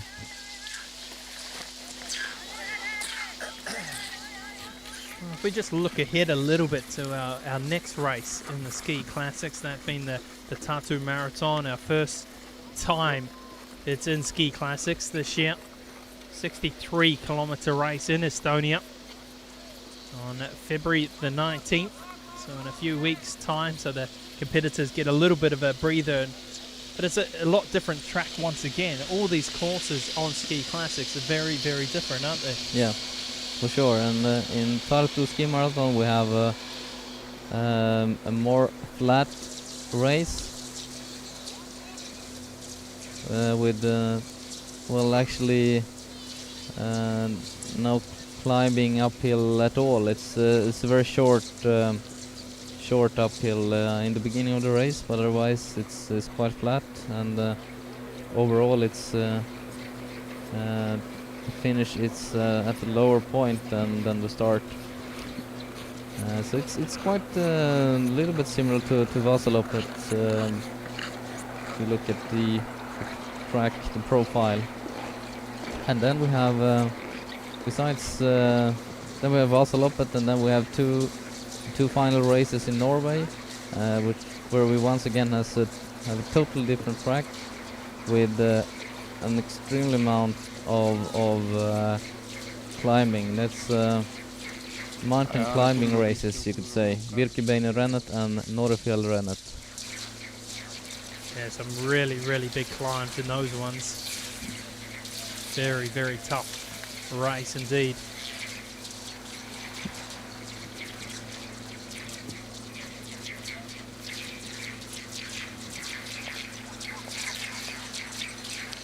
So as the women come through the 36-kilometer mark, Jenny Hansen, Serena Bona, and Susan Nystrom all together. 5 minutes under that 2-hour mark they've been going. And we'll keep an eye on that clock to see exactly how big that distance is, how big that lead is over the 4th place woman in this race.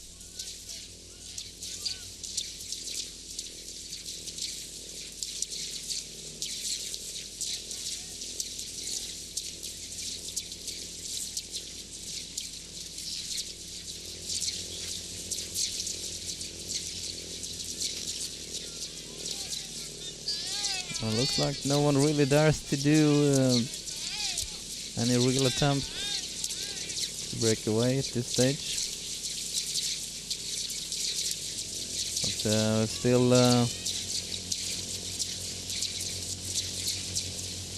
almost 10 kilometers, 8-9 kilometers at least to go. But I expect that will happen something during the last 3-4 kilometers at least. Well, the speed certainly isn't very high, so these top skiers must be conserving a lot of energy. I think so. Now it's keeping in an even pace and get physically and mentally prepared for an enormous finish where the skiers use everything that's left in their body. Well, as mentioned, it was super close 12 months ago, and well, the odds on it repeating here are very, very high. Still anyone's race.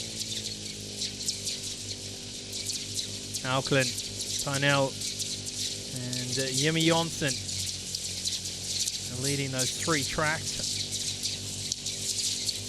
Another impressive race by Jimmy Johnson. It's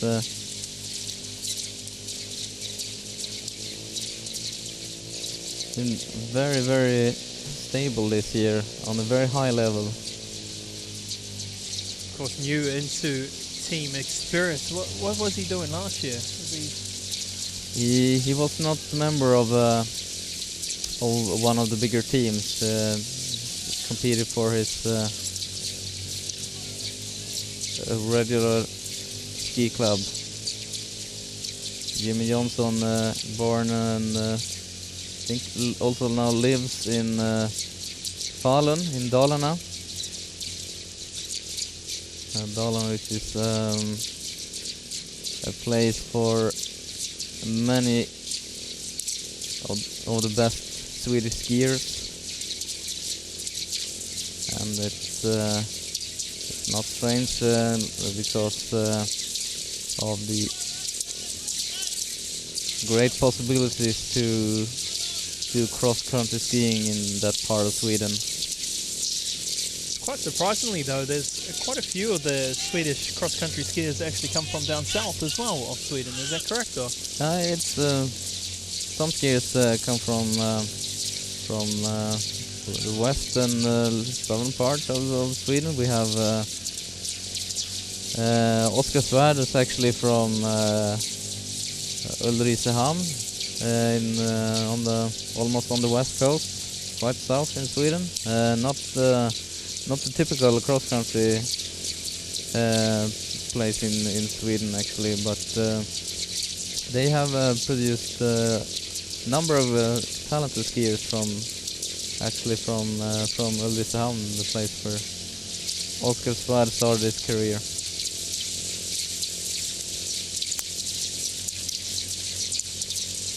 You see the track splitting once again. Still a strong bunch in the lead. Team Extra personnel looking strong. You see the website there on the screen, www.skiclassics.com. To follow all the news. Close to get another accident, but Daniel Tinell was careful there. He was service personnel who was in between the tracks. Well, they continue to overtake the slower competitors as they go round on this loop, and it makes it very, very difficult and very frustrating too as they look to try and get around.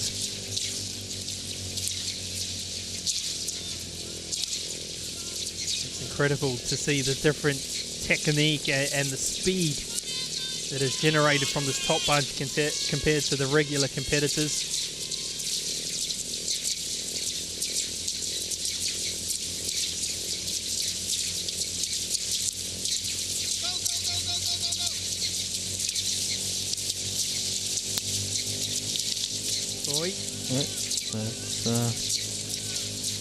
It could easily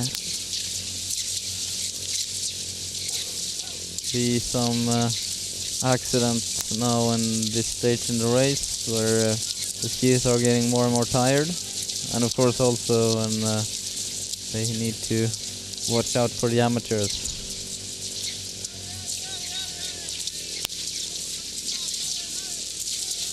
And other people.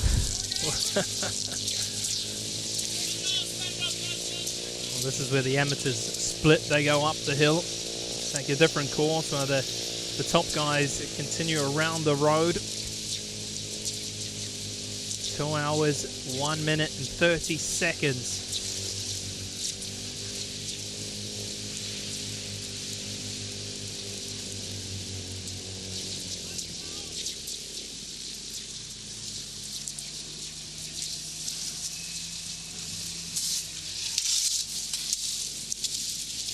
Crossing the road here, holding up the cars.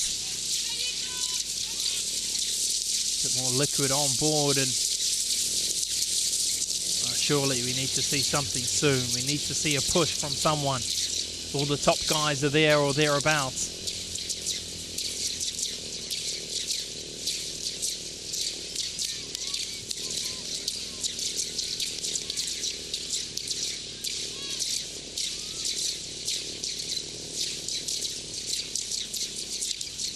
of course, Daniel Tinell.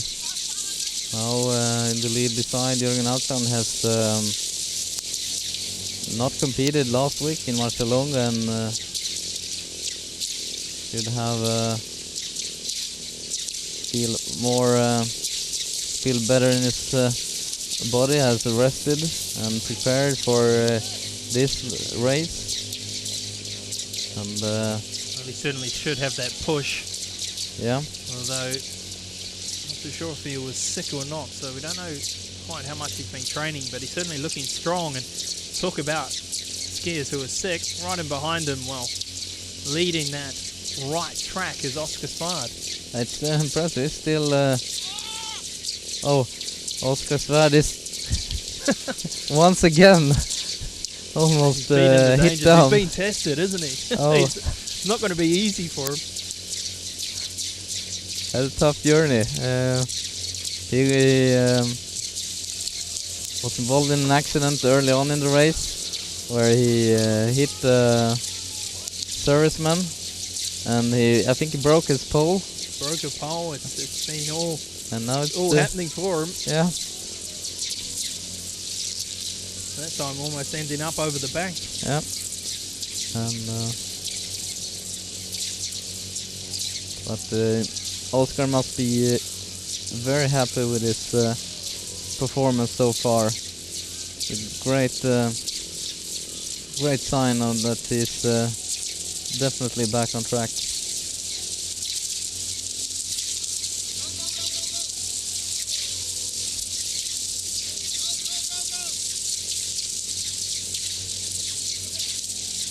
One guy we haven't seen today really is Jürgen Brink, and we have actually no idea where he is right now in the field. Not near the top at least. Quite a disappointing start of the season for Jürgen Brink. Of course, he finished 6th place last week, but expect more from Jürgen Brink, and I think he does that of himself as well.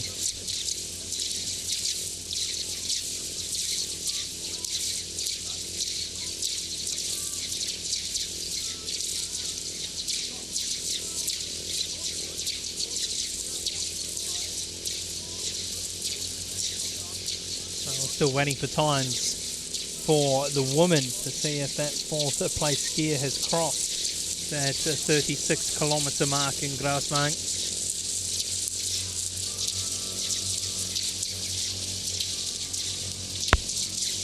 Certainly is a 3-horse race for the woman. Whereas on the men's front, well, certainly not a 3-horse race. It's about a 28-horse race at the moment.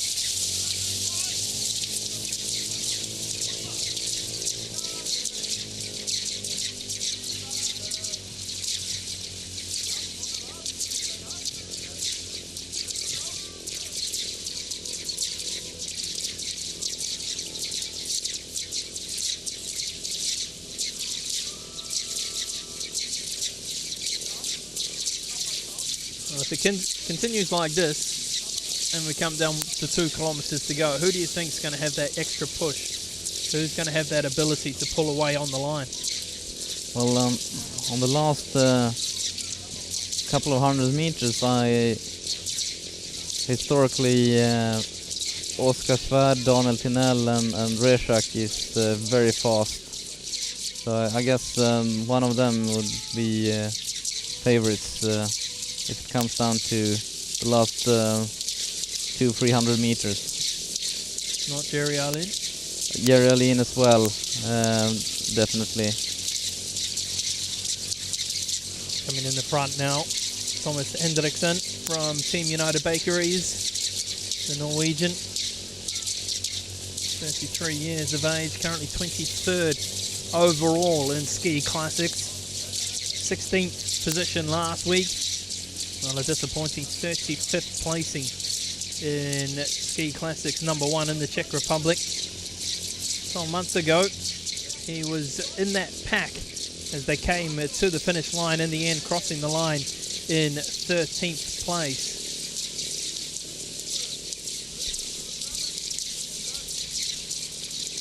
few Team United Bakery skiers there. See 3 at the front.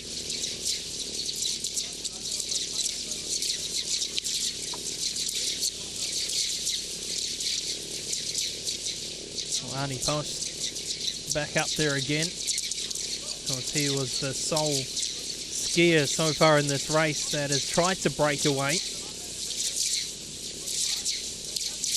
United Bakeries, the whole team is, except for Jürgen Brink, is doing an excellent race today. After having 2 races with not much success.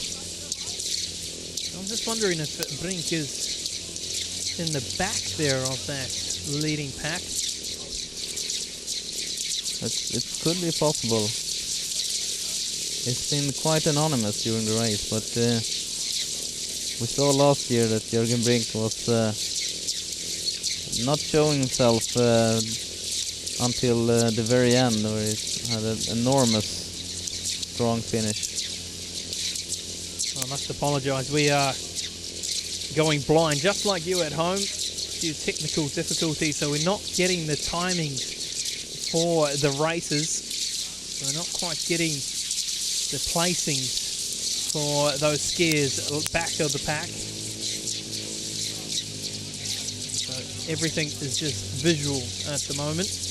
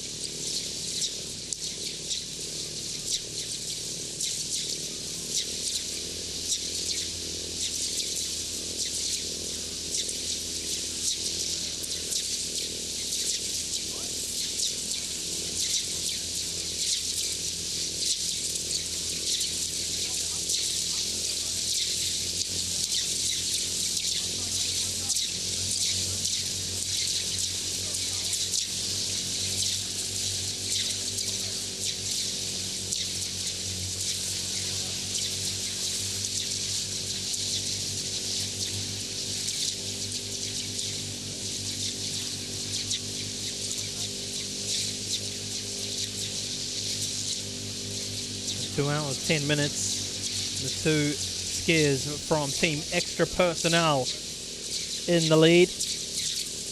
Alin on the right of the screen. Jürgen Auckland wearing number 9 and the red bib in the middle.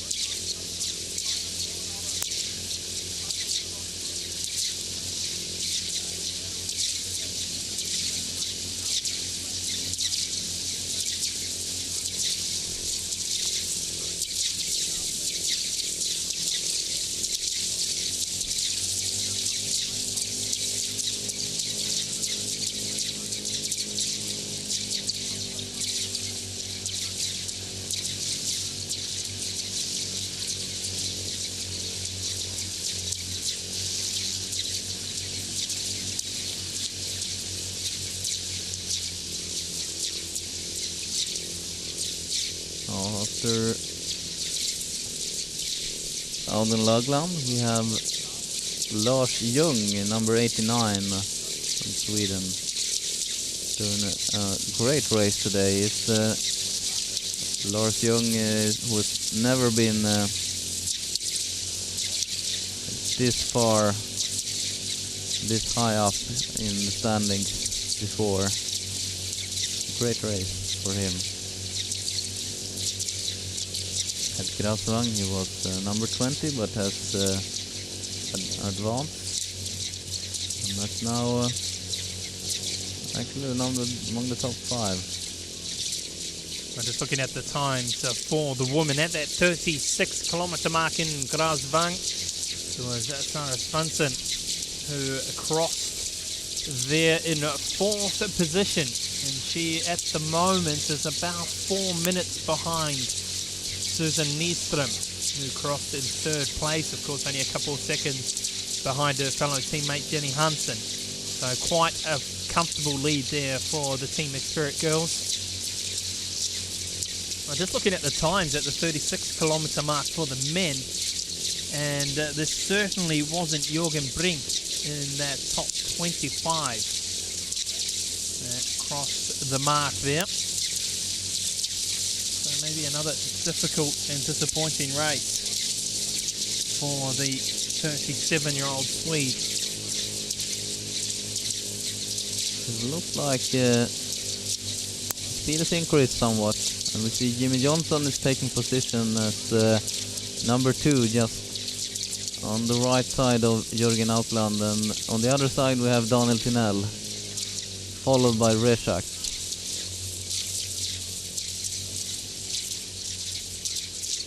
And after Aukland we have Arlene.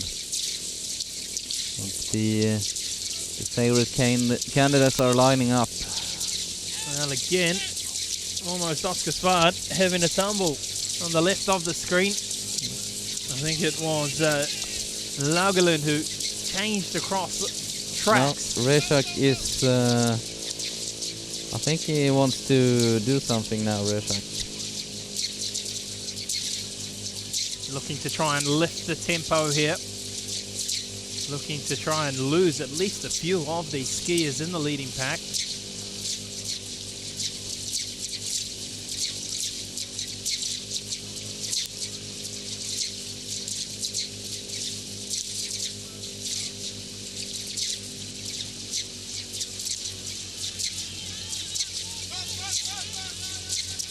Pushing hard now, Reshak.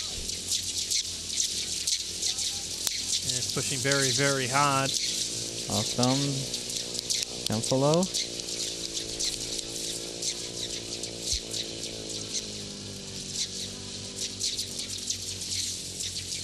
Well, starting to thin out, you could say. Yep, definitely.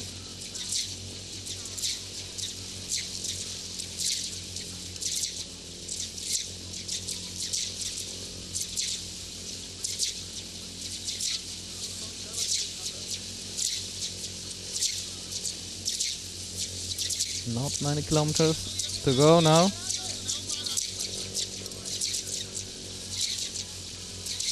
You see them very, very close in behind one another.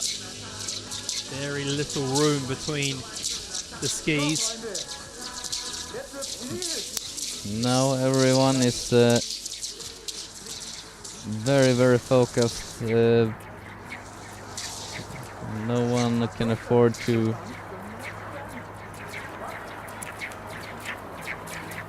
let anyone go. Every meter is important here.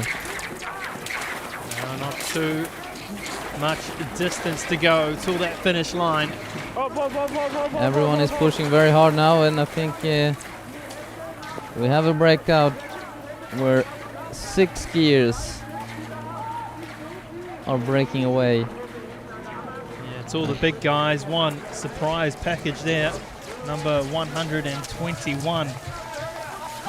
Gary Ludwig Aasen from Norway.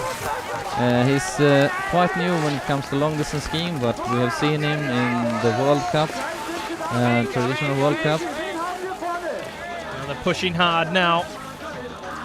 Certainly not far to go. Rajak, We're entering Arlen, the stadium.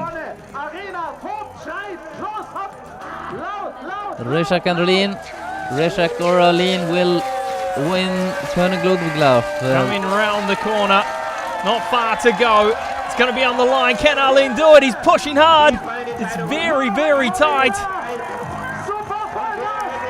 It is going to come down to the line. Wow. Oh, it's Arlen. He's pipped him once again. Wow. It was almost a photo finish between Reshak and Arlene. A complete repeat of last year. Svard in 14th, Daniel Tynell in the end finishing in 15th place, Alsgaard in 17th. But my word, what a finish. And no one had a chance of matching the speed of Arlene and Reshak in the last 200 meters. Arlene finishing just centimeters before Reshak. 12 months ago, Arlen pipped Rajak on the line by 1/100th of a second, and I'll tell you what, that was pretty close. Yeah. You can see it here on the replay. They came around that final bend. Oh, It's a tour. it's almost that. Arlen just got down lower, didn't he? Yeah, Got the ski and that out was the further. difference.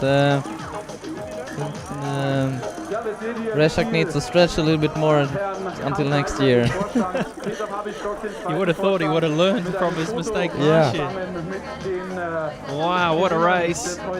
There's the Expert boys. They'll be fairly happy with the results. I know Oscar Svard must be delighted to be there or thereabouts in that race. Yeah, Oscar Svard did a great race today, being among the top 10 after this long break that he's had from illness. It's a very good performance. And we see the Italian coming to the finish line.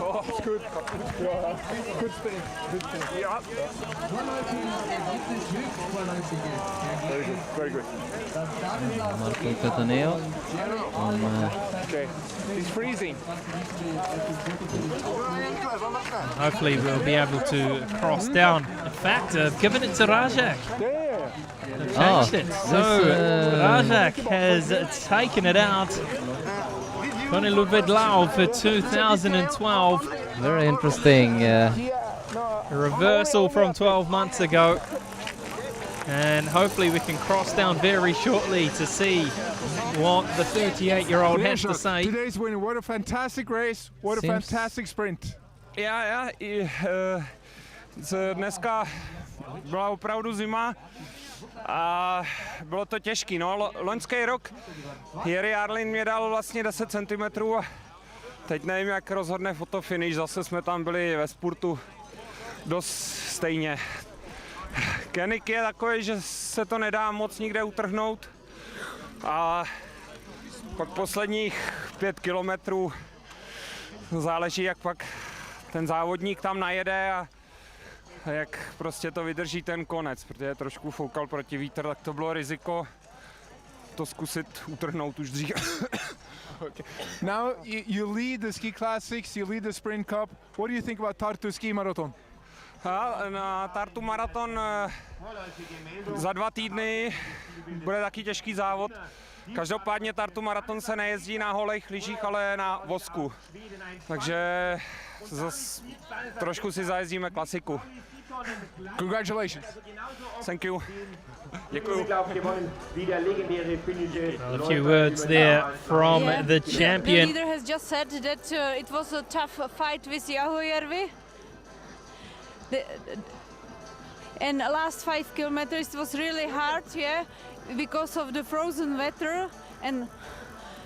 But the last 5 kilometers was a real fight, and they were just going slowly. First 34 kilometers and the 5 kilometers was the final fight for Stanislav Rzezać. Well, getting some translation there for what the champion had to say in the end. What a fantastic result, and he will continue to wear that yellow bib, and he continues to be a real force in ski classics. Perhaps it was fair to have a reverse from last year when Jiri Arlin won by some inches, and today it's the opposite. Reshak had centimeters on the right side.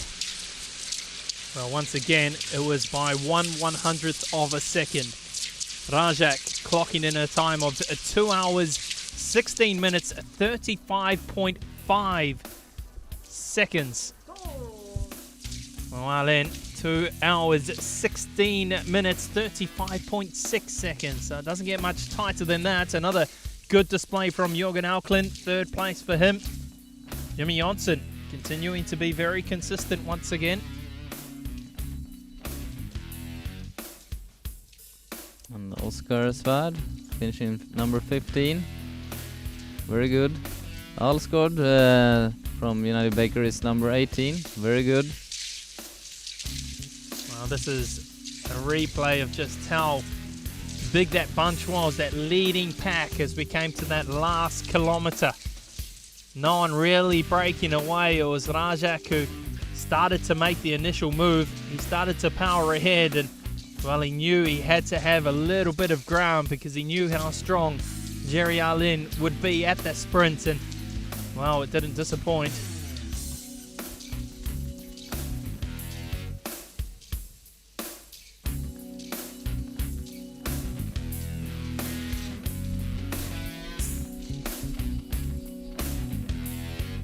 Reshak had the advantage of entering the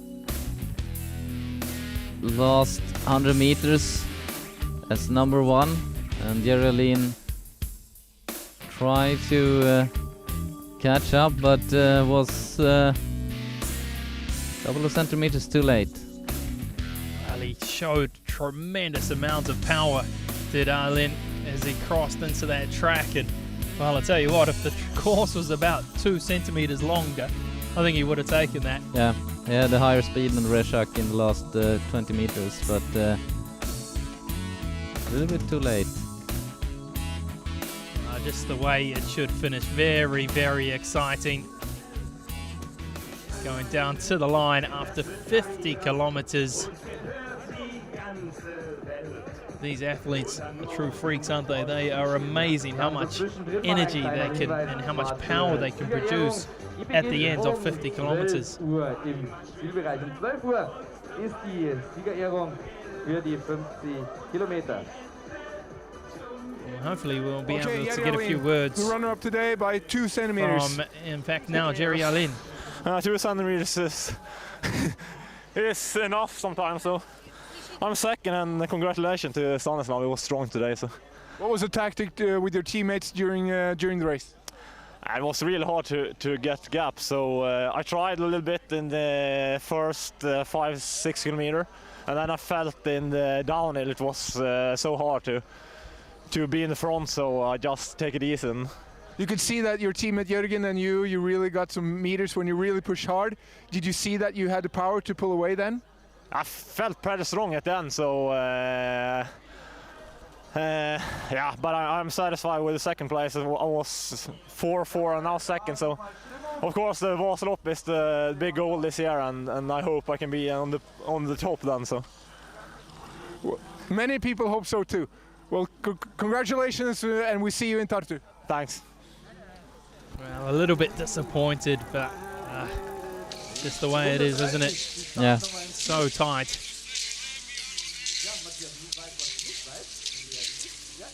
So back with our leading woman now, the focus on the females, and it's Suzanne Nystrom wearing number 20, right in behind her, Jenny Hansen. And well, where has Serena Bona gone? Yeah, maybe she is got a little bit tired in the end. We know she hasn't been able to train and race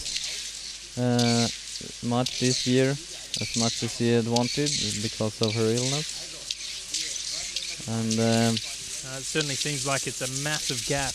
Yeah, she certainly has fallen behind, and quite a the lot. battle now for her is, can she hold on to that third placing from Sarah Svensson, who was about 4 minutes behind. Well, this is a complete and utter repeat from last week. Yeah. All about Nystrom, all about Jenny Hansen.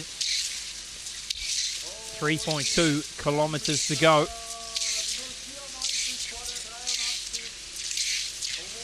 Last Sunday in Marcialonga we saw both Nystrom and Hansson stopping before the last uphill,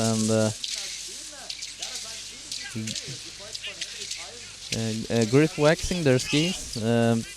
Hansson did not succeed very well. Had not much grip. Susanne Nystrom had better grip and was stronger in the end, and had a clear victory. But it might be more even this time. There we see our third place skier, Serena Bona, defending Ski Classics champion for the woman. First race of the year for her, and she's holding on to that third placing at the moment. But she is quite far behind our top two girls.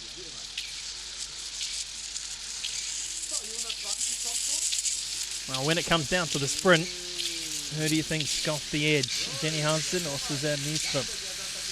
We saw on the climb it was all about Nyström last week, but it's a different ending. It is, and it's difficult to say. I think they're quite even, but perhaps I would bet for Jenny Hansen this time. Well, Jenny Hansen didn't get on the podium 12 months ago. She finished in 4th place, 3 minutes behind the champion. Sandra Hansen, of course, isn't here this year. Susan Nyström got on the podium. She was in 3rd place last year. But one thing is for sure, unless something dramatic happens here, she'll be either 1st or 2nd. With 2.5 kilometers to go.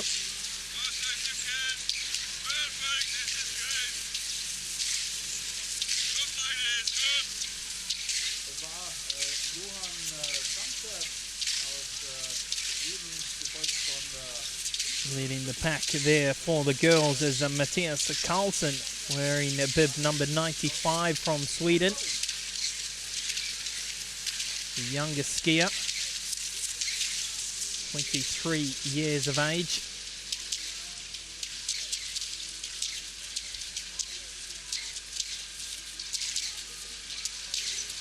Well, also there, wearing bib 172, Stefan Larsson from Katrineholm in Sweden also.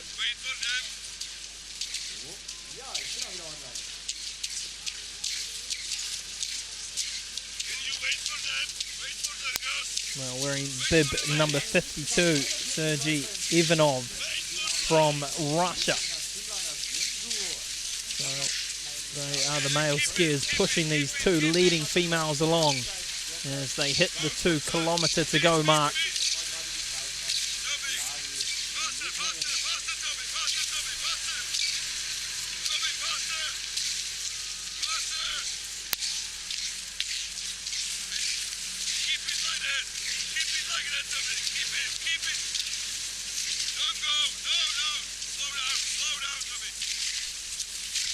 You could pick up on the microphone there, someone giving some advice. Pick up the pace, slow down.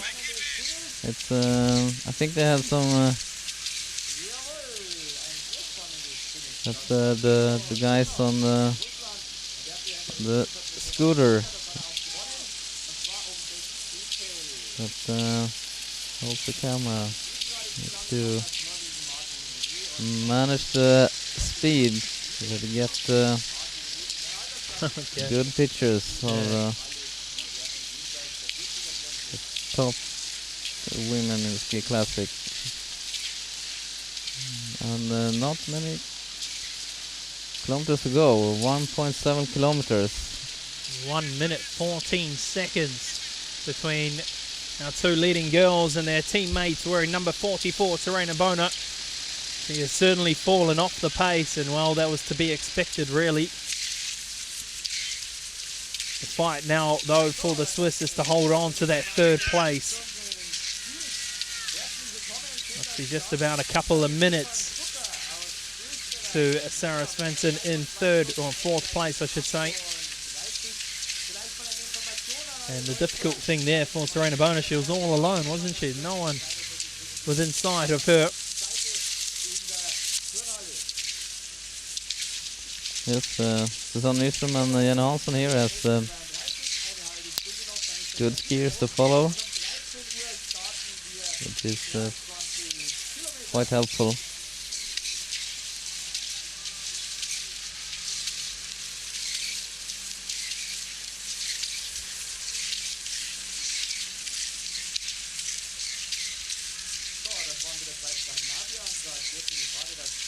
Well,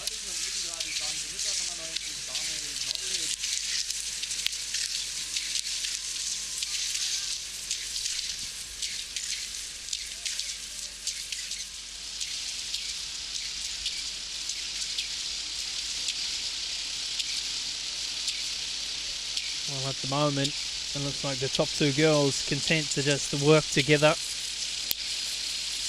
And like the men, it might just come round to that final bend to see who will be able to pull away, who will have that extra kick on the line.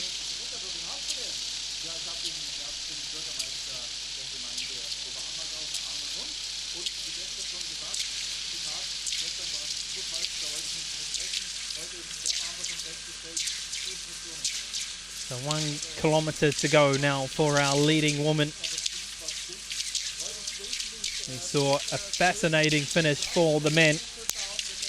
Will it be very tight here for the women as well? And skiing now for 2 hours, 33.5 minutes.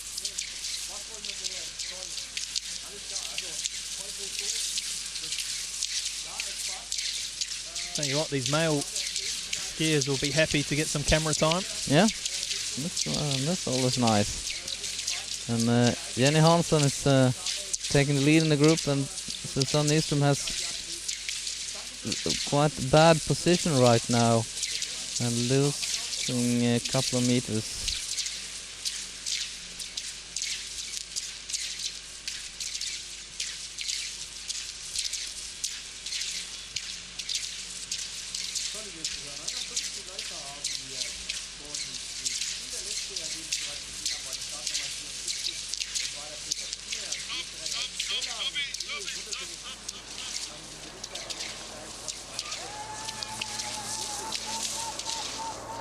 So not far to go. It's a pack of 6 skiers, 2 females in there. They're our leaders, Nyström and Jenny Hansen. Hansen in 19, Nyström in 20. Both sitting behind their male skiers at the moment. They will cross the bridge and make their way to the Oberammergau Stadium where the finish line sits. Nyström is a little bit ahead of Hansson right now. I think it's good to be number 1 entering the last 100 meters.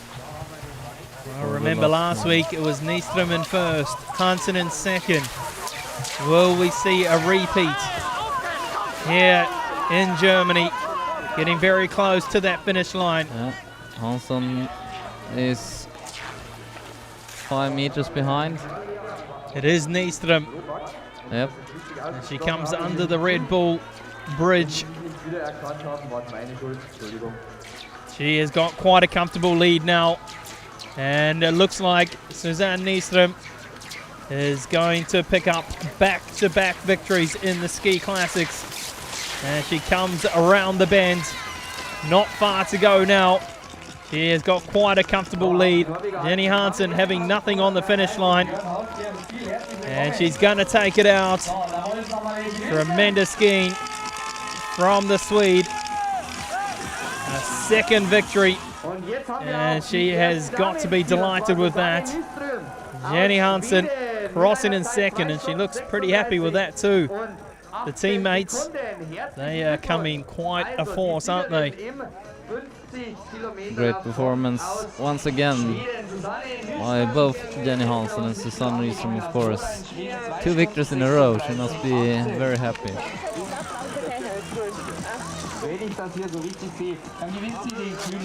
Oh, tremendous race.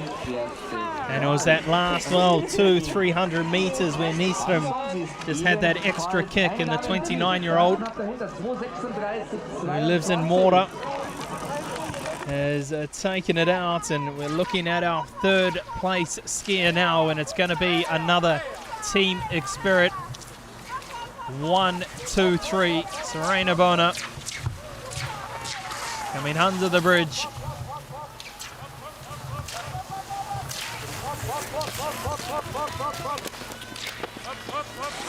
Seems to have lost the grip under her skis. Getting some encouragement from the locals who have turned up in good numbers. It's quite an festive atmosphere, I should say, here in Oberammergau.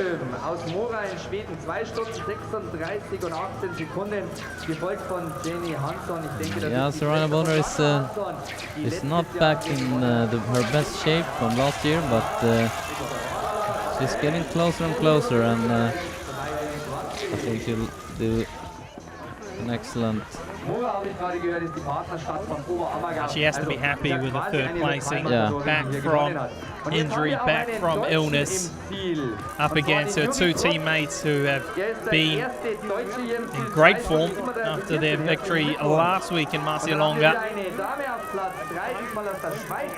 So what a great display, what a day for Team Spirit. The woman doing the job once again. 2 minutes, 2 seconds behind in the end. Bona, the three of them were side by side for a majority of the race. Und wir haben jetzt, wie gesagt, auch die dritte Dame hier im Ziel. Das ist Rainer Bona. Hopefully we can cross it down very shortly for some words back maybe from all three of them. First of all, congratulations with an amazing team effort. First of all, congratulations with an amazing victory. Thank you. What's the race like? I mean, the three of you pulled away right away. Yes, I think we got a very good start, and then we worked together for about maybe 20k up to the. Serena was very strong uphill, and I had to let her go away a bit because I was quite tired. But I was fast and down from the castle, and you won. Yeah. Serena, it looked like you would pull away and take this victory. Yeah, I felt good in the uphills, but you know I was injured and could not double pull for almost 2 months now, so I really felt that at the end, and so I'm really happy to be back and to be on the podium anyway. Good preparation for Vasaloppet. Yeah, that's the best training I could have done, so that's good. And Jenny, why is Team Spirit so dominant in the women's? We have a really good summer training, and we had great camps, and we just push each other a lot, and we have really fun when we are skiing. So I think the Team Spirit just have fun right now, and that makes the victories. Congratulations. Thank you very much. Great to get some words there from our podium places on, well, for the woman, I should say, in the race. Nystrom first, Hansen second, Bona third, and well, tremendous race for them. Great, and then they are contributing with many valuable points for Team Spirit in the total standings. Now, unfortunate for Team Spirit is only the top females points go across for the team, whereas for the men it's the top two. So. But still, nonetheless, it's fantastic for all three of them, and first points on the board for Serena Bona. She looks to try and defend her title, but realistically it won't be probable in 2012. But well, it looks like one of her teammates may do it though. And with that victory for Susanne Nystrom, I think she will jump to the top of the woman in the overall for Ski Classics 2012. She was sitting 8 points behind the co-leaders Hansen and Svensson coming into the race, so that victory will certainly see her wear the yellow bib next week. Just a highlight here of the finish. Nystrom just having too much power to pull away. She really timed it well in that race, didn't she? She really paced herself. Yeah, we heard her say, Susanne Nystrom, that she was not able to follow Serena Bona in the uphill part, but let her go and save some energy, and was stronger in the later part with double poling. So here's the overall current standings for the men. Rajak taking or holding on to that yellow jersey, I should say, 520 points. Jürgen Auckland now in second place, while lower down, bit of a surprise, Jürgen Brinks currently in 16th position. He'll be looking for a better showing later on as Ski Classics continues for the year. Well, what a beautiful day and what a wonderful race it was. Well, for the sprint standings, look at that, a tremendous lead now for Stanislav Rajak. 30 points from second place, Jerry Arlin. Well, further back, Jürgen Auckland in third place, and that looks pretty much well wrapped up now for the Czech star. 38-year-old holding on to the overall lead as well as the sprint standing.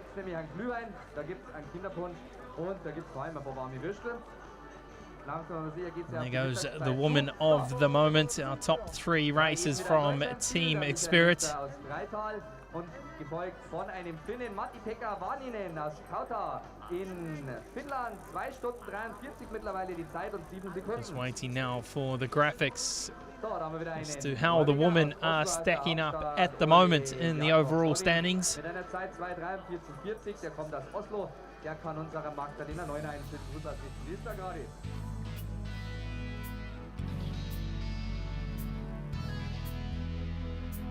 A lot of tradition here in Oberammergau. This race dating all the way back to 1968. Some 4,200 participants took off at the starting line. And well, they will continue to flow across the finish line at the Oberammergau Stadium. Very, very cold conditions. But once again, a very interesting and entertaining race, Andreas. Definitely, Mike, and